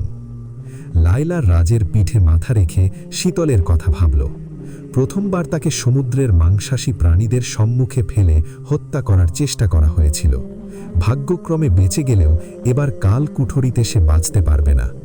এতক্ষণে নিশ্চয়ই সুন্দরী শাহজাদির সুগঠিত সুন্দর শরীরটা আগুনে জ্বলসে কয়লা নয়তো নরখাদ্যক জিনদের আঘাতে ছিঁড়ে খুঁড়ে ঝাঁঝরা হয়ে গেছে। নরখাদ্যকরা শীতলের শরীর খুবলে ফেলছে। কথাটা ভাবতেই লায়লা মনে মনে অট্টহাসিতে হেসে উঠল। শীতল ছায়ার অনুসরণ করতে করতে হাঁপিয়ে গেছে। কিছুতেই ছায়ার হদিস পেল না। ঠিক তখনই পেছন থেকে কারোর স্পর্শ পেল। শীতল চমকে গেল। লায়লাকে দেখার পর ধারণা হয়েছিল পরিদির মধ্যে তার চেয়ে সুন্দরী কেউ নেই। শীতলের সামনে যে দাঁড়িয়ে আছে তাকে দেখে শীতলের ধারণা ভুল হল। এতটা সৌন্দর্য নিয়ে জন্ম নিয়েছে তার মুখে এক নারী। আল্লাহ তাআলা যেন পৃথিবীর সব সৌন্দর্য এই নারীটির মধ্যে দিয়ে দিয়েছে। সুন্দরী নারীটির দুচোখ অশ্রুসিক্ত। অনেকদিন কাঁদলে যেরকম ছাপ পড়ে ঠিক সেরকম ছাপ পড়েছে তার মুখে। এজন্য তাকে আরও বেশি সুন্দর লাগছে। শীতল বিস্ময়কর ভাব কাটিয়ে বলল, আমার নাম জানলেন কি করে? ছলছল চোখে নারীটি বলল, আমি আরও অনেক কিছু জানি। কে আপনি? কয়েকশো বছর ধরে এই কুটিরে বন্দি থাকতে থাকতে আমি আমাকে হারিয়ে ফেলেছি। আমি মনে হয় জেনেও জানি না আমি কে। শীতল এক পা পিছিয়ে গেল। কয়েকশো বছর মানে? দেখে তো 25 বছরের তরুণী মনে হচ্ছে। শীতলের থেকে কয়েক বছর হবে হয়তো। শীতল একটু ভয় পেয়ে এক পা পিছিয়ে গেল। ভয় পেও না, আমি তোমার কোনো ক্ষতি করতে পারি না। আমি তোমার আপনজন। আমি আপনাকে ভয় পাচ্ছি না, আমি ভয় পাচ্ছি অসভ্য জানোয়ার জিন বংশের বর্বরতাকে। এক মুহূর্ত যেখানে টিকে থাকা অসম্ভব, সেখানে আপনি কয়েকশো বছর ধরে বন্দী, অত্যাচারিত, নির্যাতিত। আমি আল্লাহর বান্দি, মানবকন্যা, মরুভূমির শাহজাদি শেহেরজান ওরফে শীতল, কথা দিচ্ছি আপনাকে এই জাহান্নাম থেকে উদ্ধার করব। নারীটি হাসল। কি সুন্দর সে হাসি। আমার কথা ভেবো না, তুমি নিজের কথা ভাবো, চিন্তা করো না, বিপদ কেটে যাবে। আল্লাহর উপর ভরসা রাখো। তুমি নিজেও জানো না তুমি কি অসাধ্য সাধন করেছ। তুমি কঠোর হৃদয়ে ভালোবাসা জন্ম দিয়েছ। তুমি ধর্মের, বিশ্বাসের বীজ বপন করেছ। খুব শিগগিরই তোমার ভালোবাসা থেকে বপন করা বিশ্বাসের সেই বিশ্বাস উৎস এতটাই মজবুত হবে যে যা অধার্মিক জিন বংশের অন্যায়ের ভিতকে ধ্বংস করে দেবে। আমি কিছু বুঝতে পারছি না কি বলছেন এসব। নারীটি আবার কিছু বলতে যাবে, ঠিক তখনই কিছু আওয়াজ ভেসে উঠল। নারীটি হঠাৎ উধাও হয়ে গেল। শীতল এদিক ওদিক তাকে খুঁজতে লাগল। হাওয়ায় যেন সে মিলিয়ে গেল, তার অস্তিত্ব কোথায় নেই। বিশাল কক্ষে সে একা দাঁড়িয়ে আছে। এখনও আওয়াজ আসছে পেছন থেকে। শীতল সেদিকে এগুতে থাকল। কটর কটর এক ধরনের আওয়াজ হচ্ছে, হাড় ভাঙার আওয়াজের মতে। শীতল আওয়াজের উৎসের কাছে একটু একটু এগুচ্ছে। তার মনে ভয় ঢুকে পড়েছে। তার ষষ্ঠ ইন্দ্রিয় বলছে, ওখানে যেও না, বিপদ আছে, তোমার জন্য অতি প্রাকৃত ভয়ঙ্কর কিছু অপেক্ষা করছে। শীতল ভয়ে ভয়ে এগুচ্ছে। চারদিকে রক্ত, লাল টকটকে রক্ত, হাড়গোড়, কঙ্কাল, আরও না জানি কি কি ছিটিয়ে পড়ে আছে কক্ষে। একদল বিশ্রী কুৎসিত প্রাণীগুলোর সামনে রক্তাক্ত কি যেন পড়ে আছে। জিনিসটাকে ঘিরে প্রাণীগুলো কি যেন করছে। শীতলের দিকে কারও খেয়াল নেই। প্রাণীগুলোর আকৃতি বিশাল এবং বিকৃত ও শরীরে রক্তের মতো ছোপ ছোপ দাগ। শীতল তৎক্ষণাৎ বুঝতে পারল রক্তাক্ত জিনিসটা কোনো মানবের শরীর, আর প্রাণীগুলো তা ভক্ষণ করছে। কি ভয়ঙ্কর দৃশ্য শীতলের সম্মুখে। শীতল আর সহ্য করতে পারছে না। সে যতই সাহসী যোদ্ধা হোক না কেন, এই মুহূর্তে তার প্রাণ যেন শরীর থেকে বেরিয়ে আসতে চাচ্ছে।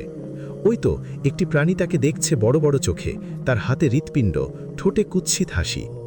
সে আঙুল দিয়ে তার সাথীদের ইশারা করল। বড় বড় চোখ দিয়ে প্রাণীগুলো শীতলকে লক্ষ্য করছে। হঠাৎ সবাই খুশিতে হাসতে লাগল। শীতল তাদের খুশির উৎস বুঝতে পারল একটু দেরিতে। তার সমস্ত শরীর ভয়ে কাঁপছে। প্রাণীগুলোর সাথে লড়াইয়ের ক্ষমতা তার আছে, কিন্তু লড়াইয়ের সাহসটা নেই চোখের সামনে এমন হিংস্র পরিবেশ দেখে। সে নিজের সজ্ঞানে নেই। সে ভুলে গেছে সে কে, কি করবে। শুধু মনে আছে অদৃশ্য এক শক্তিশালী মহান আল্লাহ তাআলার কথা। একমাত্র তিনি পারবেন শীতলকে নতুন জীবন দিতে। যা কেউ পারে না তা এক আল্লাহ পারে, কারণ তিনি সবচেয়ে শক্তিশালী। প্রাণীগুলোর সামনে জীবন্ত খাদ্য, যা দেখে তাদের জীব লক করছে। শীতল কোনো রকম নিজ প্রাণ নিয়ে দৌড়ানো শুরু করল। তার ডোপারটা হাওয়ায় উড়ে গেলে যে কোনো মুহূর্তে সে জ্ঞান হারাতে পারে ভয়ে। প্রাণী হাওয়ার আগে ছুটছে। তাদের ইতোমধ্যে প্রতিযোগিতা শুরু হয়েছে। যে আগে শিকার ধরতে পারবে সে সবচেয়ে বেশি ভাগ পাবে। লায়লা শান্তিতে ঘুমোচ্ছ। তার শরীর একদল পরী মালিশ করছে। পরীদের দিয়ে মালিশ না করলে তার ঘুম হয় না। রাজ ঘুমোতে পাচ্ছে না। বারবার তার মনে হচ্ছে কিছু একটা ঘটছে, খুব বাজে কিছু। শীতলের কথা বারবার মনে হচ্ছে। শীতলকে কারাগারে রেখে যতটা শাস্তি সে দিচ্ছে, তার চেয়ে বেশি শাস্তি সে শীতলকে কারাগারে রেখে দিচ্ছে। শাস্তিটা সে তার সামনে থেকেই দিতে পারত। খামোখা আড়ালে দিয়ে ভুল হয়েছে। শীতলের জায়গায় এখন সে নিজেই শাস্তি পাচ্ছে। শীতলকে ভোর হওয়ার আগেই মুক্ত করতে হবে, সম্ভব হলে এখনই। রাজের ঠোঁটে হাসির আভা দেখা গেল শীতলের মুক্তির কথা ভাবতেই। সাধারণ কালকোঠরিতে রাজ নিজেই গেল। কারারক্ষী কুর্নিশ করে বলল, বাদশাকে সালাম, বেগম রানী এই কারাগারে কখনো আসেননি। রাজ ধাক্কার মতো খেল। শীতলকে সে এই কারাগারে পাঠিয়েছিল। জিন বাদশাহের আদেশ অমান্য করে এত বড় দুঃসাহস। সেনাপতি প্রধান বাদশাহের কানে কানে জানালো, শীতলকে যেসব প্রহরী কারাগারে নিয়ে যাচ্ছিল তাদের মৃতদেহ পড়ে আছে ঝর্ণার ধারে। রাজ তৎক্ষণাৎ সেখানে গেল। প্রহরীদের লাশগুলো থেকে ধোঁয়া উঠছে। রাজ চোখ বন্ধ করল। মাথায় হাত বুলাতে বুলাতে ভাবল, কত বড় বোকা। শীতল ঠিকই বলেছিল, জিনরা সবচেয়ে বোকা। তা না হলে সে কেন শীতলকে নজরের আড়াল করল? সে তো জানে শীতলের চারদিকে তার বংশের শত্রুরা গিজগিজ করছে। গোপনে লুকিয়েছিল সুযোগের অপেক্ষায়। সে নিজেই সে সুযোগ করে দিয়েছে। শত্রুদের পরিকল্পনা মাফিক প্রহরীদের পথে হত্যা করে শীতলকে নিয়ে যাওয়া হয়েছে। কিন্তু কোথায়? তার নজর এড়িয়ে প্রাসাদের বাইরে নেওয়া অসম্ভব। আবার তার প্রাসাদেই তার বেগমকে লুকিয়ে রাখবে এতটা সাহস কোনো শত্রুর নেই। শীতলকে তার আশেপাশেই কোথাও রাখা হয়েছে, যেখানে তার নজর নেই, নিয়ন্ত্রণ নেই। রাজ বুঝতে পারল জায়গাটা, যেখানে কারো নিয়ন্ত্রণ ছিল না আর হবেও না। কালকুঠুরি ঠিক এমনই এক কারাগার। শীতল জ্ঞান হারিয়ে কোথায় যেন পড়ে আছে সে নিজেও জানে না। কিছুক্ষণ পর সে চোখ মেলল। প্রচণ্ড ভয়ে সে একেবারে বরফ হয়ে জমে গেল। তার দিকে প্রাণীগুলো ঝুঁকে আছে, পুরো শরীরে তারা চোখ বুলাচ্ছে। এবার হাত দিয়ে তাকে স্পর্শ শুরু করল। ঠান্ডা পাথরের খণ্ড যেন তার শরীরে ঘুরে বেড়াচ্ছে এমন অনুভূতি হচ্ছে। শরীরের যেখানে যেখানে স্পর্শ হচ্ছে ঠিক সেখানে সেখানে নখের দাগ বসে পড়ছে। খুব যন্ত্রণা হচ্ছে। রাজ বিশাল ডানা মেলে কালকুঠুরির প্রবেশ করেছে। হাজার হাজার জিন কুঠুরির কক্ষগুলো হন্যে হয়ে খুঁজছে শীতলকে। রাজ নিজেও খুঁজছে। তার মন অদৃশ্য কোনো শক্তিকে বারবার বলছিল, তুমি তাকে রক্ষা করো, অন্তত আমি তাকে খুঁজে পাওয়ার আগ পর্যন্ত। এরপর আমি তাকে রক্ষা করব। রাজের হৃদয়ের স্পন্দন ক্রমশ বাড়ছে। মনে নানা ধরনের চিন্তা ভর করেছে। আগ্নেয়গিরির গলিত লাভায় শীতল পড়ে যায়নি তো? নরখাদকের দলেরা কি তাকে টুকরো টুকরো করে ভক্ষণ করে ফেলেছে? এই জন্য কি তাকে খুঁজে পাওয়া যাচ্ছে না? রাজ ভয়ার্থভাবে অসহায়ের মতো নিচে বসে পড়ল। সে কিছু চিন্তা করতে পারছে না। পেছন থেকে সেনাপতির আওয়াজ শোনা গেল। রাজকীয় দোপাট্টা রাজের হাতে দিল। রাজ হাতে নিয়েই বুঝতে পারল এটা শীতলের দোপাট্টা। শীতলের গায়ের সুবাস লেগে আছে। রাজ নাক দিয়ে সুবাস নিল মন ভরে। শীতলকে কোথাও পাওয়া যাচ্ছে না। কালকুঠুরির নিচের স্তর থেকেও নিচের স্তর খোঁজা হচ্ছে, আর কতগুলো স্তর আছে নিচে তা সবার অজানা। এর মধ্যে একটি স্তরে আলো ছায়া দেখা গেল। সবাই এই আলো ছায়ার পথ ধরে এগোলো। শীতলের প্রাণ পাখিটা যেন বের হয়ে আসতে চাচ্ছে শরীর থেকে। প্রাণীগুলো তাকে কামড়াচ্ছে। শীতল বুঝতে পারল তার জীবনযাত্রা এখানেই সমাপ্ত। তখনই সম্মুখ থেকে তার মুখে আলো এসে পড়ল। প্রাণীগুলো তাকে ছেড়ে আলোর উৎসের দিকে ফিরে তাকালো। পেছন থেকে এবার প্রকাণ্ড গর্জন শোনা গেল। প্রাণীগুলো নিমিষেই চুপসে গেল। এই গর্জন তাদের পরিচিত। সবাই জড়সড় হয়ে ভয়ার্তভাবে কুর্নিশ করে রইল। শীতলের ঘুম ঘুম পাচ্ছে প্রচণ্ড যন্ত্রণায়। তার কানে কানে সেই নারীকণ্ঠী বলল, ভয় নেই, তুমি বেঁচে আছো। আল্লাহ তাআলা তোমাকে নতুন জীবন দিয়েছেন। আমার কথাগুলো মনে রেখো। শীতল মাথা নাড়ল। খুব শীতল দুটি হাত শীতলকে স্পর্শ করল। প্রচণ্ড মজবুত একটি বাহুদ্বয় তাকে বুকে জড়িয়ে ধরল। মজবুত বাহুদ্বয়ের কাছে হঠাৎ সে নিজেকে সুরক্ষিত মনে করল। আর তার কোনো কিছুতেই ভয় নেই। মনে হচ্ছে এই বাহুদ্বয় আছে তাকে সারা জীবন রক্ষা করতে। জিনরাজ শীতলকে নিজের বাহুদ্বয়ে বেঁধে ফেলল। দোপাট্টা দিয়ে শীতলের শরীর ঢেকে দিল। মাথায় হাত বুলিয়ে ভরসা দিয়ে বলল, ভয় নেই, আমি এসে গেছি। আমি বেঁচে থাকতে তোমার কোনো ক্ষতি হতে পারে না। আমার বিবাহিতা বেগম, আমার হৃদয়ের শাহজাদি, আমি তোমাকে ভালোবাসি। হ্যাঁ, আমি তোমাকে ভালোবাসি। আমৃত্যু ভালোবেসে যাব। এ কথাটা আমি সহস্রবার বলতে কোনো দ্বিধাবোধ করব না। হেকিমেরা দল শীতলের চিকিৎসা করছে। রাজ বারান্দায় দাঁড়িয়ে আছে। মনে মনে একটা হিসেব মিলাচ্ছে। বারবার শীতলকে হত্যা চেষ্টা করা হচ্ছে। শীতল শুধু কোনো মানবকন্যা শাহজাদি নয়, সে সকল জিনদের চেয়ে সবচেয়ে শক্তিশালী বাদশাহের বেগম। বাদশাহের বেগমের হত্যা চেষ্টা করা হচ্ছে। কত বড় দুঃসাহস! কোনোভাবে মূল হোতার খোঁজ পেলে পৃথিবী দেখবে প্রতিশোধ কতটা ভয়ঙ্কর হবে। সে যে কেউ হোক, তাকে ছাড় দেওয়া হবে না। শুধু একটা সূত্রের প্রয়োজন। শীতল জিনরাজের কক্ষে শয়নরত অবস্থায় আছে। তার চোখ কাজল কালো দীর্ঘ পল্লবযুক্ত হরিণী রাখিজোড়া বন্ধ। চোখের পাপড়িগুলো ভেজা ভেজা। জিনরাজ শীতলের বন্ধ আখিদয়ে চুমু খেল গভীরভাবে। গোলাপি গালেও চুমু খেল। শীতলের দুই হাত ধরে দীর্ঘক্ষণ চুমু খেতে খেতে বলল, আমি কথা দিচ্ছি, তোমার অপরাধীকে কঠিনতম কঠিন শাস্তি দেব। কাউকে ছাড় দেওয়া হবে না। লায়লা দেয়ালের ওপাশ থেকে ক্ষোভে ফুটে উঠেছে। সে ঘুমোচ্ছিল। ঘুমের মধ্যেই সে খবর পেয়েছে রাজ শীতলকে উদ্ধার করেছে এবং আরও গভীরভাবে তাকে অনুভব করছে। শীতল কিছু না করেও কতটা কাছে চলে গিয়েছে জিনরাজের।